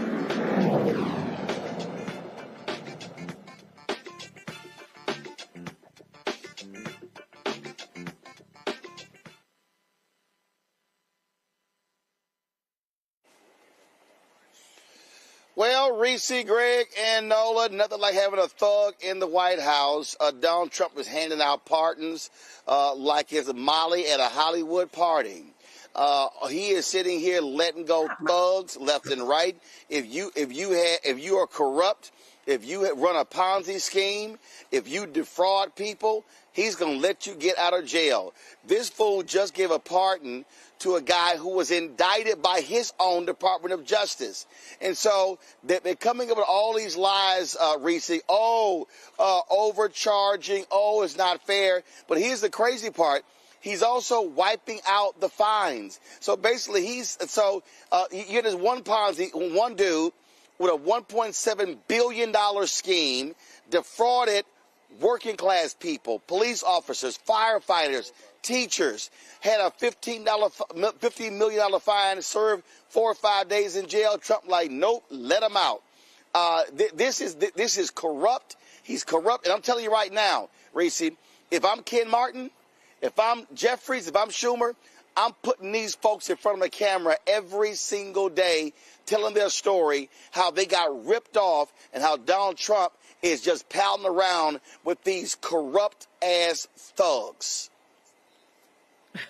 Well, Hakeem Jeffries was just talking about how he agreed with the pardon for Henry Cellular, so I don't want to hold my breath on that. But the reality is that, yes, Donald Trump is pardoning these people, and they're getting off with restitution to their victims. But make no mistake about it, I want people to check their Bitcoin or their Trump meme coin transactions, because I'm sure Donald Trump is getting paid. The victims aren't getting paid, but I'm sure somebody, Donald Trump, whether it's some stock purchases, some kind of business, or some sort of arrangement, follow the money. It's not for free. And the other thing that Donald Trump is doing is he is trying to send the message that the law is whatever the hell he says it is. If he says you didn't break the law, you didn't break the law. He wants to degrade our legal system. He wants to degrade societal norms. He wants to degrade any kind of norms around who is supposed to be held accountable versus who is not supposed to be held accountable. I don't think he even knows I don't think he really gives a damn, but he's doing it because he can, and he's doing it because he's going to continue to escalate his lawlessness, and he's going to continue to pardon people for egregious acts because he wants to be able to be dictator for as long as he's around and kicking. Nola, when you're a crook, you support crooks. And I think there are many people, I think him, his sons, and many people around them, they getting paid for these pardons. Ain't no way in hell they just handing them out. It's a whole bunch of money being transferred. Absolutely. I mean, and they're doing it in broad daylight, like you said, right? It's a heist happening in broad daylight and daring any of us to say anything about it, right? It's laughable to me, and it really angers me when I see the right talking about their commitment to law and order and all of these things, and it really boils my blood because it's just blatant bullshit. I mean, absolutely 1,000%. I mean, it's just right in our faces every single day. But what's important here is exactly what Reese said. the Trump administration came in wanting to put a king in the White House, right? And everything, the way that Donald Trump has moved, the way that this administration has moved, has told us and told the world that his power is absolute. But it's going to be that blanket narcissism that's not only going to destroy Donald Trump, and I think we're seeing it in real time, it's also going to destroy MAGA. Greg, the point I made about telling these stories, I'm telling you, I would be blanketing social media. I would be running ads right now, showing these poor, broken people having their life savings taken. And I'm sure some of those fools voted for Trump. And what Trump is saying is, hey, you can rob the bank in broad daylight and you don't even have to show a gun. No, you don't, Roland. I wouldn't waste my time with them. They came out by the tens of thousands to vote for a piece of political trash in Tennessee to defeat Afton Ben a couple of days ago. Those people can go to hell. I think they think that if they drink a bowl of whiteness or rub a little bit on their elbow or on their chest, that the tumor in their chest will shrink, that their teeth will come back, and somehow that Medicaid, Medicare, that TennCare will somehow appear. I hope they get exactly what they're bargaining for. As for Donald Trump, I agree with what the good sister Ilhan Omar wrote in today's New York Times. Trump knows he's failing. Cue the bigotry. It's very clear. When it comes to Trump, it's just 3 words. Release the files, baby. Well, that's 4. I'll put the baby on it. He's finished. And so he's going to the old canard. Now, in the case of that nasty piece of work, Russell Vogt, the purebred racist Kevin Roberts at the Heritage Foundation and the disheveled millionaire Steve Bannon, they think somehow that doing this is going to ensure their power. But in fact, it's the opposite. They are so desperate now that they dropped all pretenses. The United States of America is and has always been, since the first invasion of the Spanish and then a century later the British on these shores, a criminal enterprise. All they're doing now is removing all the pretenses. I don't expect Chuck Schumer or Hakeem Jeffries or any of the leadership in the federal legislature to do what you're saying, because they seem to think somehow that playing above the fray will help them. But here's the lesson in this. We see it today when a grand jury refused, as we just heard the report, to indict Letitia James. We're seeing it in the streets where people are organizing and not waiting on these quote-unquote leaders. The people have gotten the message. Bozo, it's over, baby. And when you come this time waving a flag, when you come this time talking about law and order, you know who you're going to meet? You're going to meet those people who are fighting ICE in the streets in Los Angeles and in Chicago. You're going to meet those people who are quietly organizing to register voters and to move forward. And when you get run over and they break your political back in the midterms, and then 2 years later in the general election, Steve Bannon, Stephen Miller, all you people, I agree with Steve Bannon on this one thing. Oh, when the tables turn, all you in Memphis going to jail. You war criminal at the Pentagon, oh, you're going to jail. Shout out to Admiral Hosby, who saw what it was coming and said, let me get the hell out of here because all y'all going to jail. They are a bunch of crooks, pure and simple. Greg is Nola, Reese, Greg. Nola, Reese, Greg, I appreciate it. Greg, of course, happy Alpha Founders Day, my brother. Happy Founders Day, brother. Congratulations. Yes, sir. To you on the Route 100, too. Thank you. Yes, congratulations. I appreciate it. Yeah. Well, speaking of the Route 100, I was, of course, named to the list last night in New York City at Gotham Hall. A number of folks turned out for the festivities. Ashley Allison, of course, the sister who now owns the route. Folks were there to celebrate her as well. Here is some of what took place last night. Well, good evening.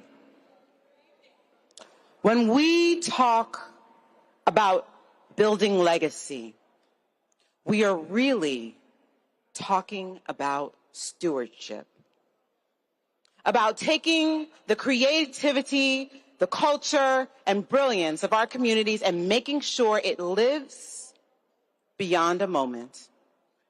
At Harborview, we focus on ownership, because ownership is how you preserve value, how you protect stories, and how you create opportunity for generations to come.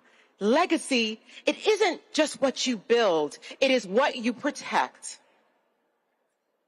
It's the discipline to dream bigger to invest smarter, and to ensure that our communities benefit from the value that we create.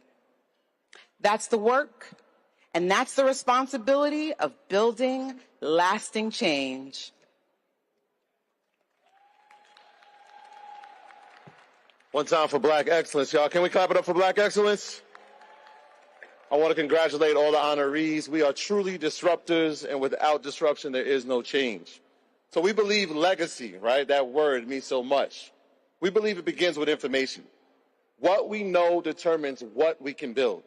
For far too long, our communities weren't given access to financial education, the kind that turns ideas into assets and dreams into sustainable pathways. At Earn Your Leisure, our goal has always been simple: democratize knowledge. When people understand entrepreneurship, investing, ownership, and wealth building, they can change their lives and their children's lives. Legacy isn't luck, it's learning. And we're committed to teaching the tools that open doors and keep them open.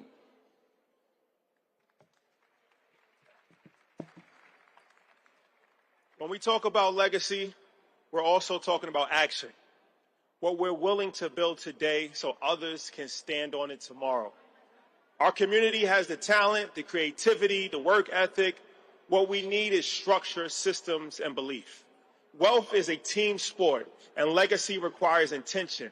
Every business started, every investment made, every skill shared, that's how we shift the trajectory of generations. Our mission is to show that with the right strategy and the right community, we can build businesses that last, families that thrive, and the futures that grow.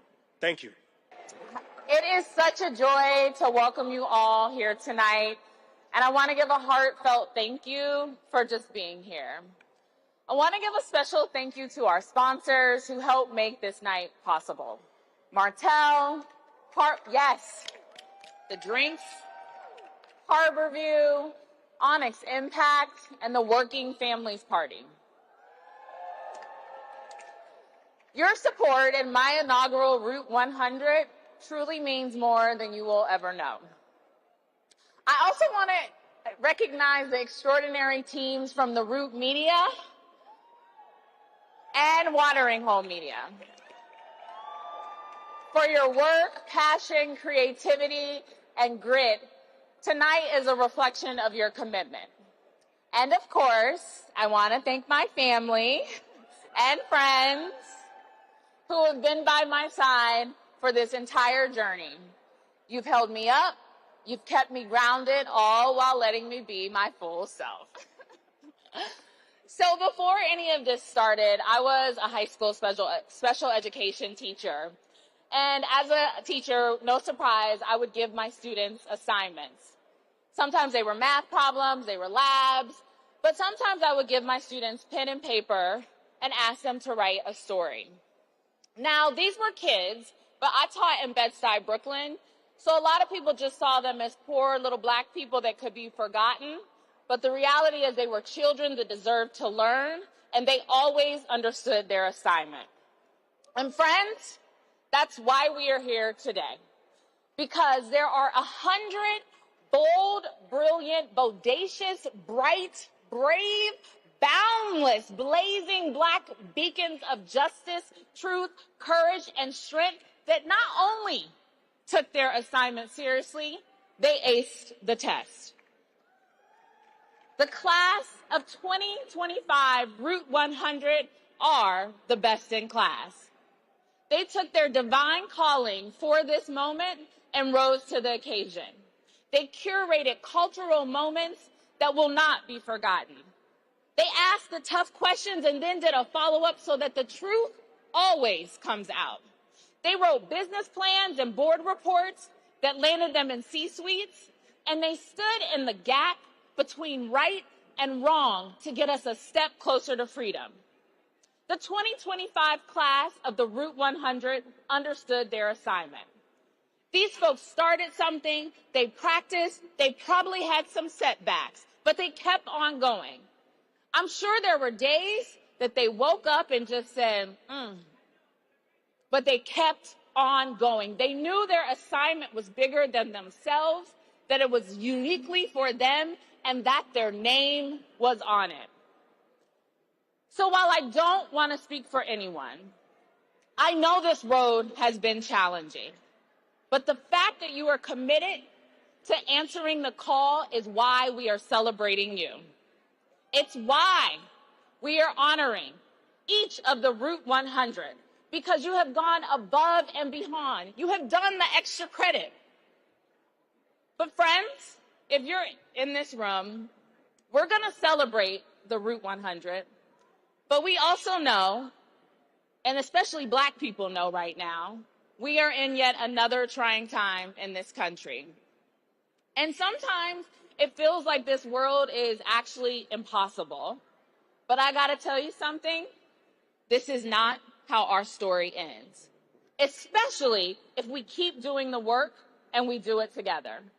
Now, I'm an organizer by training, and so while I am celebrating all of the Route 100, I actually have a question for anybody who can hear this. What is your assignment? What are you going to do in this moment? What has your name on it? I believe every single person in this room has the capacity to keep our story alive. I know this because I got a little assignment this summer. Some would call it a pop quiz. I had to buy the route. And I bought something, okay? I'm not going to pretend like this assignment was easy, because it wasn't. But when I needed help, the benefit of coming to class is that you can ask a teacher or get a little tutor. When you need to bounce something off somebody, you can find a study group. I completed the homework and I completed the task to ensure that the route came back to Black ownership. But y'all, the assignment is not over. It is not over, because ownership without integrity, without discipline, and without clarity means nothing. So the route is embarking on a new chapter. We are going to be covering politics, launching podcasts and video-first shows, touring the country covering policies, people, and the Black experience. We at The Work are going to keep doing the work. We will refine our editorial approach, push the bounds, and tell the stories that some newsrooms will just ignore. We are going to keep studying because we know there will always be a test. I'm asking each of you to go on this journey with us. And you may ask, well, how can I help you? I'm so glad you did. We have a website, so sign up for our newsletter at theroot.com. Share our stories. Tell your friends. Come to class. Raise your hand and support us. Advertise on our platforms. Sponsor our events. Yes. Advertise on our platforms. Advertise on our platforms. Advertise on our platforms. Come to class and support us. Our collective work is important, and we cannot be in competition. We must be in collaboration. That is why we actually moved the rankings this year. Our responsibility is too big, and the consequences are too real to be bickering amongst one another. The time is now. The time is ours. Our story is really just at the beginning. So we have our assignment. Let's write this next chapter together. It's my assignment, it's your assignment, it's our assignment. It has our name on it. Thank you so much for coming and joining us tonight, for showing up as your full self, sharing your gifts, and rising to the occasion. Because guess what, y'all? We just getting started. Tonight is a night about storytelling. And our stories are one of the most powerful tools that we have, because they are about the truth. They tell the truth about what we are, who we are, what we have survived, and all that we are capable of.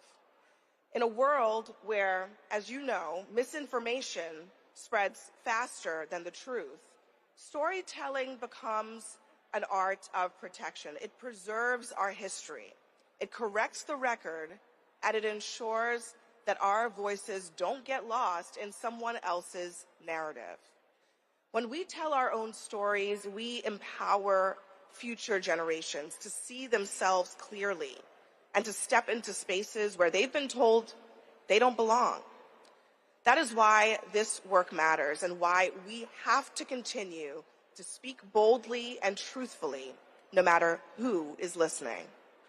Our community has always understood that storytelling is resistance. And for generations, we have pushed back against systems that have tried to silence us or distort our image. And we learned very early, especially in this career, that if we didn't tell our stories, that someone else would tell them for us. And usually, they would get them wrong. That's why independent media matters so much right now, more than ever.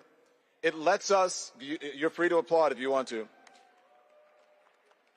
It lets us speak without filters, without gatekeepers, without the hidden agendas that shape so much of mainstream coverage. It gives us agency in this moment. It protects our voice. It ensures our stories are told with accuracy, nuance, and integrity. And let me say this very plainly as someone who is now in independent media. Independent media has no time for false equivalence. We don't have to insult our audience by pretending that both sides are the same when one side is grounded in truth and the other side is grounded in lies. We don't hand our platforms to people whose only purpose is to distort, distract, and demean. That is a luxury that legacy media might still indulge, but we will not. Because when our rights, our safety, and our humanity are under threat, telling the full story, our story, through platforms that we own and control isn't just important, it is essential. It is survival. It is how we honor the truth and protect our community in a world that too often benefits from our silence. And silence is no longer an option. The last time I was in this building was when I was with a company that fired me. And then Black people hired me. And I am now the longest running syndicated show in the history of Disney, ABC, because of you. I'm also going to tell my son, Moses, when your child's name is Moses, y'all can't mess with me, that Ashley is the owner of The Root. So let's give it up for Ashley and The Root, a woman who stood on business to tell our stories. I'm also going to tell my son that Roland Martin is one of the most successful YouTube channels in the world. I'm also going to tell my son that the Susan Taylor, who created modern Black culture with Essence magazine, is in this building right now. If Susan didn't advocate for our images to be on the cover of one of the greatest magazines in the world, there would be no Gayle King. Gayle King is Gayle King. But there certainly wouldn't be a Don Lemon, a Tamron Hall, and an Abby Phillips, because those images are about storytelling. Storytelling is an act of love. One of my favorite phrases is, I love my people. Kirby was just on my show and she's saying, my people. She said, I love the way we wear our hair. I love the gold teeth in my grandma's mouth. That's our culture. And these are our stories. And when we are free to tell our stories, honest, complicated, joyful, painful, we're reminding each other that we're not alone. We are not alone and when we are fired. We're not alone when we are hired. My grandfather is from Luling, Texas. He was born in 1901, and I make my living with words he could not read. He signed his name as a sharecropper with an X, and now I'm the X factor. These are the things that matter. Our stories connect us. They help us understand our value and our vulnerability. My executive producer said to me one day, I don't want my son, Moses, to know that you're just resilient. I want him to know you're happy, because we are joyful, happy people. And that is why Major, and I love him so much, he said his mother coined him the hope dealer. And that is why my show so often focuses on our joyful, beautiful stories. You will always have the bump in the road, but we want you to see the road. And so this allows us to see the fullness of our lives, not just the headlines written about us. And when we lift up our stories, the triumph, the resilience, the possibility, we give our community permission to dream bigger, fight harder, and believe in the power of being seen. Because when we can part the seas, like, we will make it to the other side. And I always say it's better to be seen than to be viewed. I say that all the time. I love when we get to celebrate each other this way, because I always believe nobody can do it the way we do. What I love most about storytelling is the ability to bridge generations. It carries the lessons of our past into the hope of our future. It ensures that when history is told, our contributions are not erased. A lot of people trying to erase it these days, but celebrated. And in an industry that is constantly evolving, one thing never changes. People will always need the truth. They will always need, this is most important of all to me, humanity. They will always need stories that reflect the richness of our culture. I always say, can't nobody do it like us. I really do believe that. I look at this night, they're doing the Christmas tree lighting on the other side of town. We are here also celebrating, as Tamron said, joyful, to reflect the richness of our culture. So we use our platforms not just to inform, but to uplift, to inspire, and to make sure that this is true, that our community's voice rings loud, clear, and undeniable. I thank you, thank you, thank you. All right, folks, it was great. 803 Fresh, Boots on the Ground performed last night. My man Dougie Fresh, I brought him out to the stage. It was fantastic to see everybody there, and so absolutely enjoyed it. So again, congratulations to Ashley, Allison, the whole Root staff, Tasha, the editor-in-chief, and so we certainly appreciate it. And Tamara Hall, thanks for that shout-out as well. Folks, that is it. I appreciate all of y'all watching. This is actually the first time we've actually done a show in the Row-Row-Mobile, and this is precisely why we got it, the ability for us to be mobile, to be able to be on the road. It was raining outside. It was cold, so we said, hey, we go back inside. And we appreciate y'all because your donations made this possible. And I'm going to let y'all also know real soon, that was somebody who was supposed to build us one of these vehicles and who took $174,000 and never delivered that vehicle. I'm suing that person as we speak. So I'm going to let y'all know when they've been properly served, and I'm going to show you exactly who they are and show the face and the name. It was a black company. They screwed us. But trust me, y'all, they gonna know. They gonna be. Everybody gonna know what they did to us. But again, we appreciate y'all supporting us, standing with us.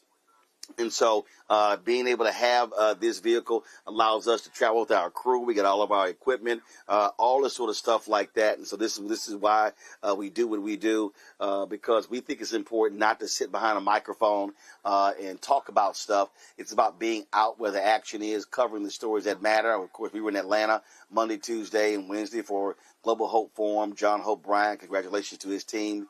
And, of course, we're now in Montgomery. Tomorrow morning, beginning 11 a.m. Eastern, we're going to be live from Holman Street Baptist Church. The original Holman Street is now a museum. We're going to be live from there, a panel that I'm going to be on. And then tomorrow evening, they have the mass meeting. And so 70 years ago on December 5th, it was a Monday. Tomorrow it's a Friday.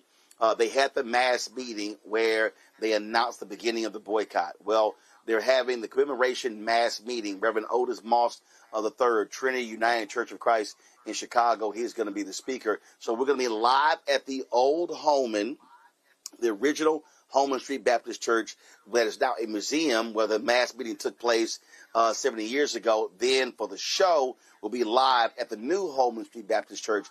That's tomorrow from Montgomery. And so, folks, that is it for us. We certainly appreciate y'all being with us, watching the show. Thank you so very much. And if y'all want to support the work that we do, join our Bring the Funk fan club. We're still trying to hit our $1 million goal because, again, we got some fantastic things that we're doing. We're launching a new daily news show, a health show, a business show, lots of stuff going on. And we're looking at making some new purchases, some robotic cameras, adding more to all the stuff that we're doing. And so we look forward to that. So if you want to contribute via Cash App, use the Stripe QR code. You see it right here in the bottom right-hand, left-hand corner. That's the same QR code you can use for credit cards. PayPal's R. Martin Unfiltered, Venmo RM Unfiltered, Zelle. Roland at RolandSMartin.com, Roland at RolandMartinUnfiltered.com. Checks and money orders, make it payable to Roland Martin Unfiltered, P.O. Box 57196, Washington, D.C., 2037-0196. Download the Black Star Network app, Apple phone, Android phone, Apple TV, Android TV, Roku, Amazon Fire TV, Xbox One, Samsung Smart TV. If you want to get my book, White Fear, How the Browning of America is Making White Folks Lose Their Minds, available on bookstores nationwide. Get the audio version I read on Audible. If you want to get our Roland Martin Unfiltered Black Star Network swag, go to shopblackstarnetwork.com. Shopblackstarnetwork.com. Our t-shirts, our hoodies, our crew necks, you name it, we got it all there. Support the black-owned businesses that we also have at shopblackstarnetwork.com. A lot of y'all are buying gifts. You're buying products. You're buying Christmas gifts. Well, guess what? Support these black-owned businesses. And when you support them, you also support us. So get these black-owned products at shopblackstarnetwork.com. You see in my studio all those products that are on our news desk. I mean, backpacks, sauces, gym wraps, crossword puzzles, you name it, it's all there. Go to shopblackstarnetwork.com. And don't forget, folks, you only have another 14 days to participate in the investment for Fanbase. And so go to Fanbase, download the app, Fanbase. If you want to invest, startengine.com/Fanbase, startengine.com/Fanbase. And again, the crowdfund race ends December 18th. They raised $14 million. You got time to get in, but you only have 2 weeks left. Folks, that's it. I appreciate to all my alphas. Happy Founders Day, founded December 4th, 1906, as one fraternity. The rest of youth groups. I'll see you tomorrow, live from Montgomery, Alabama. Holla!